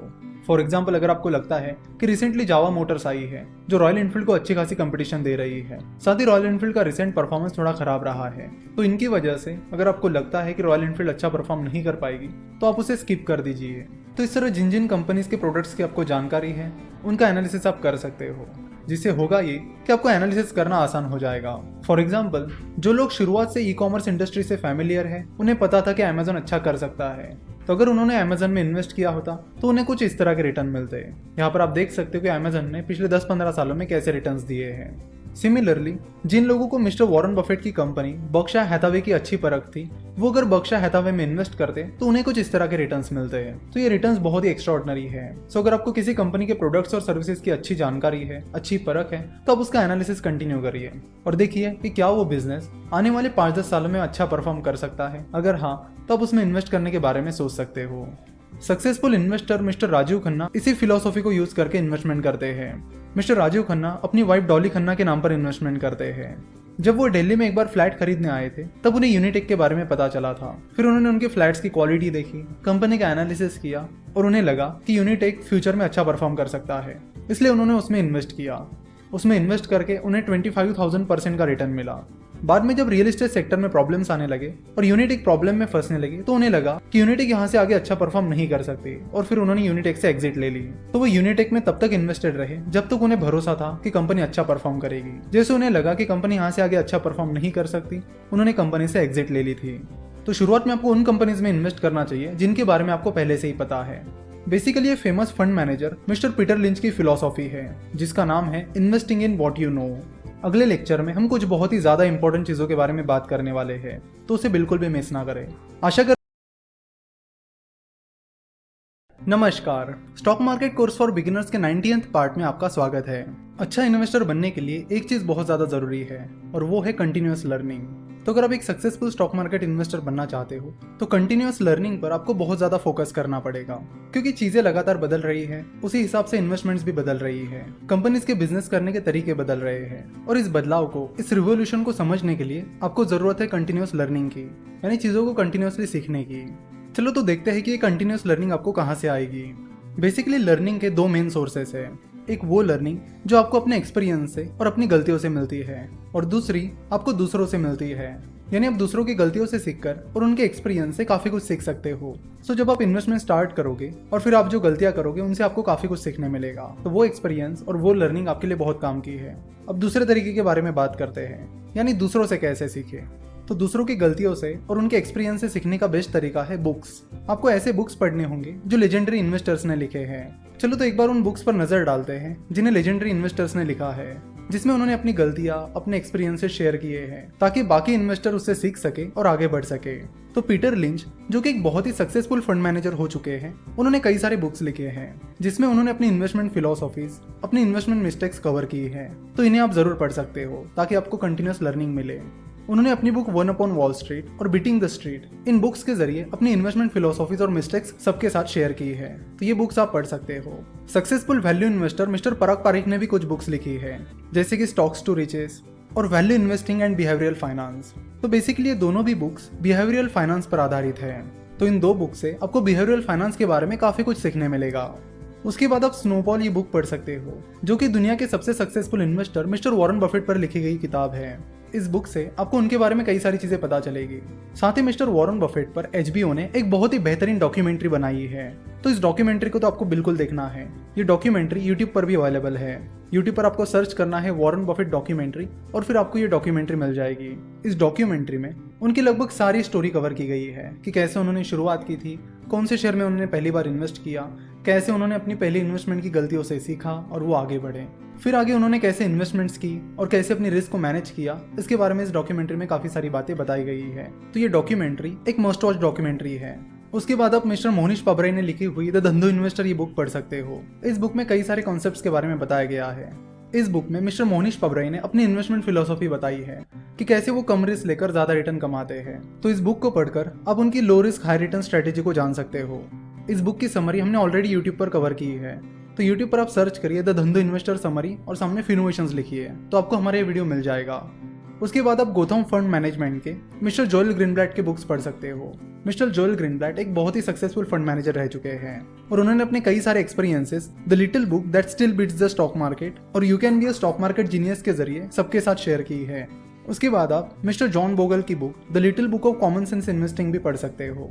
तो ये सारी वो बुक्स हैं जिन्हें लेजेंडरी इन्वेस्टर्स ने लिखा है, यानी उन इन्वेस्टर्स ने लिखा है जो बहुत ही सक्सेसफुल रह चुके हैं। बुक्स के साथ साथ आप कुछ मैगजीन्स भी पढ़ सकते हो, जैसे कि द वेल्थ इनसाइट और फोर्ब्स। वेल्थ इनसाइट में स्टॉक मार्केट को कवर किया जाता है, वही फोर्ब्स में बिजनेसेस को कवर किया जाता है। तो ये दोनों भी मैगजीन्स आपको पढ़नी चाहिए। बहुत सारे बिगिनर्स सोचते हैं कि स्टॉक मार्केट इन्वेस्टमेंट करने के लिए बिजनेस मैगजीन को पढ़ने की क्या जरूरत है, बिजनेसेस के बारे में समझने की क्या जरूरत है। तो आपको बता दूं कि स्टॉक मार्केट इन्वेस्टमेंट और बिजनेस पूरी तरह एक दूसरे पर डिपेंड रहते हैं। जैसे कि बिजनेसेस इन्वेस्टमेंट्स पर डिपेंड रहते हैं, तो इन्वेस्टमेंट बिजनेसेस पर। तो किसी भी कंपनी में इन्वेस्ट करने से पहले आपको उस बिजनेस को समझना होगा, परखना होगा, उस सेक्टर के बारे में, उस इंडस्ट्री के बारे में जानकारी हासिल करनी पड़ेगी कि कैसे वो इंडस्ट्री या सेक्टर काम करता है। जिस कंपनी का एनालिसिस कर रहे हो उसका परफॉर्मेंस कैसा चल रहा है। तो इन सारी चीजों को समझने के लिए, उसका डिटेल एनालिसिस करने के लिए उस बिजनेस की जानकारी होना बहुत जरूरी है। उस बिजनेस को पूरी तरह समझना बहुत जरूरी है। इसलिए मिस्टर वॉरेन बफेट कहते हैं कि I am a better investor because I am a businessman and I am a better businessman because I am an investor. तो स्टॉक मार्केट इन्वेस्टिंग के लिए बिजनेसेस को समझना बहुत जरूरी है। इसलिए बिजनेसेस से जुड़ी हुई मैगजीन्स और बिजनेसेस से जुड़े हुए बुक्स भी आपको पढ़नी चाहिए, जहां से आपको कंटिन्यूअस लर्निंग मिलती रहे। अगर आप बिजनेसेस को ही नहीं समझ पाओगे तो आप इन्वेस्टमेंट नहीं कर पाओगे। सक्सेसफुल इन्वेस्टर्स जैसे कि मॉर्गन हाउसल, इयान कैसल और रे डैलियो लिंक्डइन और ट्विटर के जरिए अपने आइडिया शेयर करते रहते हैं, अपने एक्सपीरियंसेस शेयर करते रहते हैं। तो आप उन्हें ट्विटर पर फॉलो कर सकते हो और उनसे काफी कुछ सीख सकते हो। नमस्कार, stock market course for beginners के 20th पार्ट में आपका स्वागत है। अब तक हमने स्टॉक मार्केट के बेसिक्स के बारे में सीखा, हमने कई सारी चीजों के बारे में बात की। स्टॉक मार्केट एक बहुत ही वास्ट फील्ड है और इन्वेस्टमेंट और बिजनेसेस लगातार इवॉल्व हो रहे हैं, लगातार बदल रहे हैं। इसलिए जरूरत है आपको लगातार सीखने की, आपको लगातार नई नई चीजें सीखनी होगी। अगर कोई टेक्नोलॉजी चेंज हो रही है या अगर कोई बिजनेस मॉडल चेंज हो रहा है तो आपको उस पर ध्यान देना होगा, देखना होगा कि वो क्या चेंजेस है। और इन चेंजेस को समझने के लिए, जैसे कि हमने लास्ट लेक्चर में भी बात की थी, जरूरत है आपको लगातार सीखने की। तो इस कोर्स में हमने स्टॉक मार्केट के बेसिक्स के बारे में जाना। हमने समझा कि विवेक और योगेश ने कैसे अपनी कंपनी जनरल कंसल्टेंसी शुरू की, कैसे उन्होंने उसे आगे बढ़ाया। शुरुआत में तो उनके पास पैसा भी नहीं था, फिर कैसे उन्होंने अपना पैसा जुटाया, कैसे उन्होंने एंजल इन्वेस्टर से फंडिंग उठाई, वेंचर कैपिटल से फंडिंग उठाई और बाद में आईपीओ के लिए अप्लाई किया। इस प्रोसेस में हमने ये भी समझा कि एंजल इन्वेस्टर्स होते क्या है, वेंचर कैपिटल होते क्या है, वो कैसे काम करते हैं, आईपीओ क्या होता है। उसके बाद हमने समझा कि स्टॉक मार्केट क्या होता है और स्टॉक मार्केट कैसे काम करता है। इन सारी चीजों को हमने एक स्टोरी के फॉर्मेट में समझा और ये स्टोरी थी जनरल कंसल्टेंसी की। हमने बाद में समझा कि कंपाउंडिंग कैसे काम करता है। हमने ये भी समझा कि ट्रेडिंग और इन्वेस्टिंग होते क्या है, ट्रेडिंग और इन्वेस्टिंग में क्या डिफरेंस होता है और आपको इन्वेस्टिंग क्यों करनी चाहिए। उसके पीछे के रीजंस भी हमने समझे कि इन्वेस्टिंग ही क्यों करनी चाहिए। फिर हमने कंपाउंडिंग और स्टॉक मार्केट एनालिसिस के बारे में बात की कि एनालिसिस में वो कौन कौन सी चीजें हैं जिनको आपको देखना होता है, जैसे कि फाइनेंशियल स्टेटमेंट्स का एनालिसिस, वैल्यूएशन और प्रोडक्ट्स एंड सर्विसेज का एनालिसिस एटसेट्रा। फिर हमने देखा कि स्टॉक मार्केट में कैसे इन्वेस्ट करते हैं और आखिर में हमने देखा कि वो कौन सी गलतियां हैं जो आपको स्टॉक मार्केट में इन्वेस्ट करते वक्त बिल्कुल भी नहीं करनी चाहिए। बहुत सारे बिगिनर्स को नुकसान हो जाता है उन बेसिक गलतियों की वजह से, तो उन गलतियों के बारे में भी हमने बात की। और आखिर में हमने बात की लर्निंग्स की कि कैसे कंटिन्यूअस लर्निंग आपको एक सक्सेसफुल इन्वेस्टर बनाने में मदद करेगी। तो यहाँ पर हमारा स्टॉक मार्केट फॉर बिगिनर्स का कोर्स समाप्त होता है। देखो, स्टॉक मार्केट बहुत वास्ट है, तो बहुत सारी चीजें हम आपसे लगातार शेयर करते रहते हैं। नमस्कार, stock market course for beginners के इस वीडियो में आपका स्वागत है। तो आज हम बात करने वाले हैं उन चीज़ों के बारे में जो आपको स्टॉक मार्केट में अच्छा खासा नुकसान पहुंचा सकते हैं। तो शुरुआत करते हैं फाइनेंशियल एडवाइजरीज से। इंडिया में बहुत सारी फाइनेंशियल एडवाइजरीज है जो आपको स्टॉक टिप्स प्रोवाइड करती है। तो जैसे ही आप स्टॉक मार्केट में इन्वेस्ट करना शुरू करते हो तो आपको कई सारी एडवाइजरीज के कॉल आने शुरू हो जाते हैं कि आप हमारी स्टॉक टिप्स ले लो और हम आपको इतना इतना रिटर्न कमा के देंगे, हम आपको डेली 2% का रिटर्न कमा के देंगे, हम आपको मंथली 50% का रिटर्न कमा के देंगे। इस तरह के कई सारे कॉल्स आपको आते रहेंगे। इन लोगों का कहना होता है कि आप उन्हें कुछ फीस पे करो, जैसे कि मंथली 5,000 रुपये, 10,000 रुपये, और उसके बदले में वो आपको टिप्स प्रोवाइड करेंगे। वो कहते हैं कि हमारी टिप्स बहुत एक्यूरेट रहेगी जो आपको बहुत अच्छे खासे रिटर्न्स कमा कर देंगी, जिसके बाद आप अच्छा खासा पैसा कमा सकते हो और जल्दी अपना पैसा डबल कर सकते हो। देखो, ये जो लोग हैं जो आपको फिक्स रिटर्न का लालच देकर आपसे फीस लेने की कोशिश करते हैं, उनसे आप बिल्कुल दूर रहिए, क्योंकि जो भी लोग स्टॉक मार्केट में आपको फिक्स रिटर्न का लालच देते हैं वो सारे के सारे फ्रॉड होते हैं। क्योंकि स्टॉक मार्केट में फिक्स रिटर्न नाम की कोई चीज़ ही नहीं होती। और अगर कोई स्टॉक मार्केट में इतना कॉन्फिडेंट है कि वो फिक्स रिटर्न के वादे कर रहा है, तो पहली चीज़ आपके दिमाग में ये आनी चाहिए कि सामने वाला पर्सन अगर स्टॉक मार्केट पर इतना कॉन्फिडेंट है तो वो खुद क्यों नहीं इन्वेस्ट कर रहा है, वो मुझे कॉल करके कुछ फीस क्यों मांग रहा है। सिंपल सी बात है, बैंक 14-15% पर आपको पर्सनल लोन देती है, तो ये 14-15% बैंक सालाना चार्ज करती है। वही ये जो लोग होते हैं जो आपको फिक्स रिटर्न का वादा करते हैं और आपको बताते हैं कि हम इक्विटी रिसर्च फर्म से बात कर रहे हैं, ये लोग आपको सालाना 200-300% का वादा करते हैं। तो सिंपल सी चीज़ है कि अगर उन्हें 200-300% रिटर्न मिलता था तो वो बैंक से 15-16% इंटरेस्ट पर लोन लेकर वो पैसा स्टॉक मार्केट में इन्वेस्ट ना करते। तो ऐसे लोगों के और ऐसी कंपनीज के झांसे में आप बिल्कुल भी मत आइए। जो भी नए लोग होते हैं वो आसानी से इनके जाल में फंस जाते हैं। इसलिए हमने ये वीडियो ऐड किया है ताकि आप पहले ही अलर्ट रहो और ऐसे फ्रॉड से बचो, क्योंकि ऐसे फ्रॉड्स इंडिया में आजकल बहुत ज़्यादा चल रहे हैं और बहुत ज़्यादा लोग ऐसे फ्रॉड में फंस भी रहे हैं। तो बेहतर कि आप ऐसी चीज़ों से दूर ही रहो। वैसे आपको बता देता हूँ कि ये लोग करते क्या है। ये लोग क्या करेंगे कि जैसे उनके पास 200 लोगों के नंबर्स हैं तो 200 लोगों को स्टॉक टिप्स भेजेंगे। तो उन 200 में से 100 लोगों को ये बोलेंगे कि एबीसी कंपनी के शेयर आप खरीद लो, और बाकी 100 लोगों को बोलेंगे कि एबीसी कंपनी के शेयर्स आप बेच दो, यानी उनमें आप शॉर्ट सेलिंग कर दो। अब जाहिर सी बात है कि दोनों में से एक चीज़ होगी, या शेयर ऊपर जाएगा या फिर नीचे जाएगा। तो अगर शेयर ऊपर जाता है तो 100 लोगों को लगेगा अरे हाँ, इन्होंने दी हुई टिप्स बहुत सही काम कर रही है, और वो भरोसा करेंगे उस आदमी पर और उस कंपनी पर कि इन्होंने बहुत सही टिप्स दी है जो अच्छे से काम कर रही है। उसके बाद अगेन वो कंपनी या पर्सन उन 100 में से 50 लोगों को किसी कंपनी के शेयर खरीदने के लिए बोलेंगे और बाकी 50 लोगों को किसी कंपनी के शेयर बेचने के लिए बोलेंगे। और फिर दोनों में से जो चीज़ सही साबित हुई, जैसे कि अगर शेयर प्राइस गिर जाती है तो जिन लोगों को ये बताया गया था कि आप शेयर बेच दो क्योंकि शेयर प्राइस गिरने वाली है, तो उन्हें लगेगा कि अरे हाँ, ये तो लगातार बहुत अच्छे टिप्स प्रोवाइड कर रहे हैं। और जितने भी टिप्स इन्होंने प्रोवाइड की है सारी की सारी सही साबित हुई है। उसके बाद उस कंपनी के लोग उन 50 लोगों को कॉल करेंगे और बताएंगे कि देखिए हमारी टिप्स कितनी एक्यूरेट है, हमारी टीम बहुत अच्छे से काम कर रही है और स्टॉक मार्केट में बहुत ही ज़्यादा एक्सपर्ट है। हमारे जितने भी कॉल्स रहते हैं सारे के सारे एक्यूरेट रहते हैं, जो कि आपने देखा ही होगा। तो सामने वाले 50 लोगों को भी लगता है कि अरे हाँ, इन्होंने हमें जो टिप्स दी है वो सही में बहुत अच्छा काम कर रही है। और फिर वो सामने वाली कंपनी के लोग आपसे बोलेंगे कि आप इतनी इतनी फीस पे कर दो, उसके बाद हम आपको टिप्स प्रोवाइड करना शुरू करेंगे, जिसके बाद आप अच्छा खासा पैसा कमा सकते हो। तो इस तरह से ये फ्रॉड चलता है। बाद में जब वो कंपनी टिप्स प्रोवाइड करना शुरू करती है तो लोगों को पता चलता है कि अरे हाँ, ये तो कुछ अच्छे से काम नहीं कर रही है। लेकिन फिर भी वो लोग आपको कन्विंस करते रहते हैं कि इस बार थोड़ा ऊपर नीचे हो गया, अब फिर से 1 महीना ट्राई करिए, फिर से आप 1 महीने की फ़ीस पे करिए, जिसके बाद आपको एक्यूरेट टिप्स मिल जाएगी। इस तरह वो लोग लगातार आपसे मंथली फ़ीस लेते रहते हैं। साथ में वो आपको फ्यूचर्स एंड ऑप्शंस में ट्रेडिंग करवाते हैं, जहाँ पर रिस्क बहुत ज़्यादा होती है, और जब लॉस होता है तो वो लॉस की अमाउंट भी बहुत ज़्यादा होती है। तो कई बार ऐसा होता है कि लोगों की जो टोटल इन्वेस्टमेंट अमाउंट है वो सारी की सारी इसमें गायब हो जाती है। तो ना कि आपकी सिर्फ फीस चली जाएगी, बट आपको बड़े लॉसेस भी होंगे, जिसमें नुकसान आपका ही है। आपकी इन्वेस्टमेंट भी खराब हो जाएगी और आपकी एक्स्ट्रा फीस भी चली जाएगी। ऐसे एक एग्जांपल आपको बता देता हूँ कि ऐसे ही फिनोवेशंस के सब्सक्राइबर ने हमें एक बार कॉल किया था, जिसमें उन्होंने बताया था कि उनके साथ क्या बीती है। उन्होंने बताया कि इंदौर बेस्ड एक कंपनी थी जिन्होंने उनसे इसी तरह के कुछ वादे किए थे कि हम आपको इतने % रिटर्न ला कर देंगे, आपको इतना इतना रिटर्न मिलेगा। उनकी बातें सुन के उस शख्स ने उस कंपनी को 25,000 रुपीज़ पे कर दिए, जिसके बाद उनको टिप्स आना शुरू हो गया। शुरुआत में ट्रायल में उन्हें भी काफ़ी अच्छे अच्छे टिप्स मिले थे, जिसके बाद उन्हें लगा कि अब मैं बहुत अच्छा पैसा कमा सकता हूँ। जैसे टिप्स आना शुरू हो गई, पहले महीने उन्हें काफ़ी ज़्यादा लॉस हुआ, तो सामने वाली कंपनी ने कहा कि आप 1-2 महीना फिर से ट्राई करो। उन्होंने फिर से ट्राई किया, उन्हें फिर से बहुत ज़्यादा नुकसान हुआ, जिसके बाद उन्होंने सामने वाली कंपनी को कहा कि मुझे अपना पैसा वापस चाहिए, आपकी टिप्स काम नहीं की। तो यहाँ पर पैसा वापस करने का तो सवाल ही नहीं आता, क्योंकि ऐसी ज़्यादातर कंपनीज पहले ही फ्रॉड होती है। तो उन्होंने उनसे कहा कि आप एक काम करिए, हमारे एक एक्सपर्ट दुबई में बैठते हैं, तो मैं आपको उनके टिप्स प्रोवाइड कर सकता हूँ, लेकिन उसके लिए आपको 40,000 अलग से पे करने होंगे। तो इस शख्स ने उन पर फिर से भरोसा किया कि क्या पता इस बार टिप्स चल जाए और मेरा सारा पैसा रिकवर हो जाए। तो उन्होंने फिर से 40,000 रुपये उस कंपनी को पे किए और फिर से वही टिप्स आने लगी, फिर से वही नुकसान होने लगा। तो इस सिलसिले में उनकी पूरी इन्वेस्टमेंट भी बर्बाद हो गई और उन्होंने जो फीस पे करी थी, यानी पहले 25,000 रुपीज़, फिर अगेन 25,000 रुपीज़ दूसरे महीने भी, और उसके बाद 40,000 रुपये, इस तरह 90,000 रुपये फीस उनकी ख़राब हो गई। तो इस तरह के कई सारे मामले हमारे सामने आते रहते हैं। देखो, कंप्लेंट करने के लिए आप कंप्लेंट कर सकते हो, आप scores.sebi.gov.in पर जाकर अपनी कंप्लेंट फाइल कर सकते हो, लेकिन आपको रिटर्न मिलने के चांसेस बहुत कम होते हैं।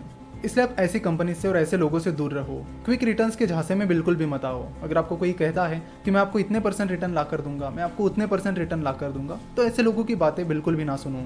होशियारी से और सोच समझकर इन्वेस्टमेंट के फैसले लो। स्टॉक मार्केट में और एक चीज़ होती है, जो फुल सर्विस ब्रोकर्स होते हैं वो कई बार आपको रिलेशनशिप मैनेजर प्रोवाइड करते हैं, और कई बार कुछ रिलेशनशिप मैनेजर्स आपको फोर्स करते हैं ट्रेडिंग करने के लिए। वो भी आपको टिप्स प्रोवाइड करते हैं कि आप इस शेयर में पैसा लगाइए, आप उस शेयर में पैसा लगाइए, आप इस टाइम पर इस शेयर को खरीद लीजिए, उस टाइम पर बेच दीजिए। तो इस तरह के टिप्स वो लगातार आपको प्रोवाइड करते हैं। तो इन लोगों के भी तुक्के कई बार चल जाते हैं, जिससे कस्टमर को लगता है कि ओके, मेरा रिलेशनशिप मैनेजर तो मुझे बहुत अच्छे टिप्स प्रोवाइड कर रहा है, लेकिन ऐसा नहीं होता। तो आपको इसके पीछे की सच्चाई बता देता हूँ। तो जब भी आप ट्रेड करते हो तो आपको धीरे धीरे ट्रेडिंग की लत लग जाती है, आप ट्रेडिंग से एडिक्टेड हो जाते हो, और जब आप लगातार ट्रेडिंग करते रहते हो तो ब्रोकरेज फर्म उससे पैसा कमा लेता है। यानी जब भी आप शेयर्स बाय या सेल करते हो तो ब्रोकरेज फर्म को कुछ ब्रोकरेज मिलता है, और उस ब्रोकरेज के लिए वो ब्रोकरेज फर्म लोगों को पुश करता रहता है कि आप ये शेयर बाय करो, आप वो शेयर सेल करो, आप ट्रेडिंग करो, और आपको लगातार टिप्स प्रोवाइड करता रहता है। ऐसा नहीं कि सारे ब्रोकरेज फर्म ऐसा करते हैं, लेकिन कुछ ब्रोकरेज फर्म्स हैं जो इसी तरह की चीज़ें करते हैं। तो चाहे वो रिलेशनशिप मैनेजर हो या फिर कोई और पर्सन हो, अगर वो आपको स्टॉक टिप्स प्रोवाइड कर रहा है तो उनकी स्टॉक टिप्स बिल्कुल भी मत सुनो, क्योंकि शॉर्ट टर्म में शेयर प्राइस कहाँ जाएगी ये कोई भी पता नहीं कर सकता। इसलिए मिस्टर बेंजामिन ग्राहम, जो कि मिस्टर वॉरेन बफेट के गुरु और वैल्यू इन्वेस्टिंग के फादर हैं, वो कहते हैं कि in the short run stock market is like a voting machine and in the long run it is like a weighing machine. यानी वो कहते हैं कि शॉर्ट टर्म में स्टॉक मार्केट बहुत फ्लक्चुएट करता है, बहुत वोलेटाइल होता है, इसलिए आप शॉर्ट टर्म में कुछ भी प्रेडिक्ट नहीं कर सकते। वही लॉन्ग टर्म में उस कंपनी की जो एक्चुअल वैल्यू है वो आपको दिखाई देती है। तो शॉर्ट टर्म में कोई भी पर्सन स्टॉक मार्केट को प्रेडिक्ट नहीं कर सकता, और ना ही आपको डेली बेसिस पे एक्यूरेट टिप्स प्रोवाइड कर सकता है। और ये रियलिटी है, इसे आप समझ लीजिए, जिससे आपको अलर्ट रहने में मदद होगी। देखो, स्टॉक मार्केट उनके लिए है जो खुद से इन्वेस्टमेंट करना चाहते हैं, यानी खुद से कंपनी चुनना चाहते हैं, और कंपनी चुन सकते हैं। अगर आप खुद से कंपनी चुनना नहीं चाहते और किसी और के टिप्स पर डिपेंड रहना चाहते हो तो वैसे बिल्कुल भी मत करो। अगर आप खुद से कंपनी चुनना नहीं चाहते तो बेहतर है कि आप म्यूचुअल फंड में इन्वेस्ट करो। म्यूचुअल फंड में फंड मैनेजर्स आपका पैसा मैनेज करते हैं।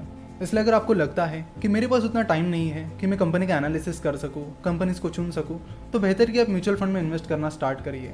आप स्टॉक मार्केट में बिल्कुल भी मत इन्वेस्ट करिए, क्योंकि स्टॉक मार्केट उन्हीं लोगों के लिए है जो खुद से एनालिसिस करना चाहते हैं, खुद से कंपनीज को चुनना चाहते हैं और अपने डिसीजंस लेना चाहते हैं।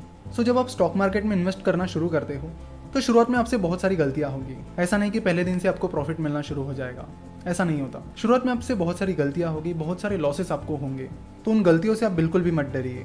तो जो भी गलती आपसे होती है आप उससे कुछ ना कुछ सीखिए, क्योंकि गलतियों से ही आप सीख सकते हो, या तो अपनी गलतियों से। और गलतियों से सीखने का और एक बेस्ट तरीका है, अपनी गलतियों के साथ साथ दूसरों की गलतियों से भी सीखो कि दूसरे लोग क्या गलतियां कर रहे हैं और इन्वेस्टर्स क्या गलतियां कर रहे हैं, उनसे आप सीखते रहो, जिससे आपको क्विक लर्निंग्स मिलने में मदद होगी। देखो, अगर आप इन्वेस्टमेंट शुरू करने की प्लानिंग कर रहे हो तो आपके शुरुआत के 1-2 साल तो सीखने में ही चले जाएंगे। ऐसा नहीं कि आपने पैसे डाल दिए और आपको 6-8 महीने में अच्छा खासा रिटर्न मिलना शुरू हो जाएगा, ऐसा रेयरली होता है। तो शुरुआत का कुछ टाइम आपका मिस्टेक्स में चला जाएगा और लर्निंग्स में चला जाएगा। तो बेहतर है कि उस पीरियड में आप अच्छी खासी चीज़ें सीख लो और क्विक रिटर्न्स के पीछे मत भागिए। इन्वेस्टमेंट पेशेंस का गेम है, जिसके लिए टाइम लगता है। क्विकली सारी चीज़ें नहीं होती है, इट टेक्स टाइम। सो ये रियलिटी है जिसे आप समझ लीजिए, और शुरुआत में छोटे अमाउंट से शुरुआत कीजिए, क्योंकि शुरुआत में बहुत ज़्यादा गलतियां होने के चांसेस होते हैं। इसलिए अगर आप छोटी अमाउंट से शुरू करोगे तो लॉसेस भी छोटे ही रहेंगे। So all the best. और जो चीज़ें आज हमने बताई हैं उनसे आप बिल्कुल अलर्ट रहिए और अपनी गलतियों से लगातार सीखते रहिए और अपनी गलतियों से सीखकर एक अच्छा इन्वेस्टर बनिए।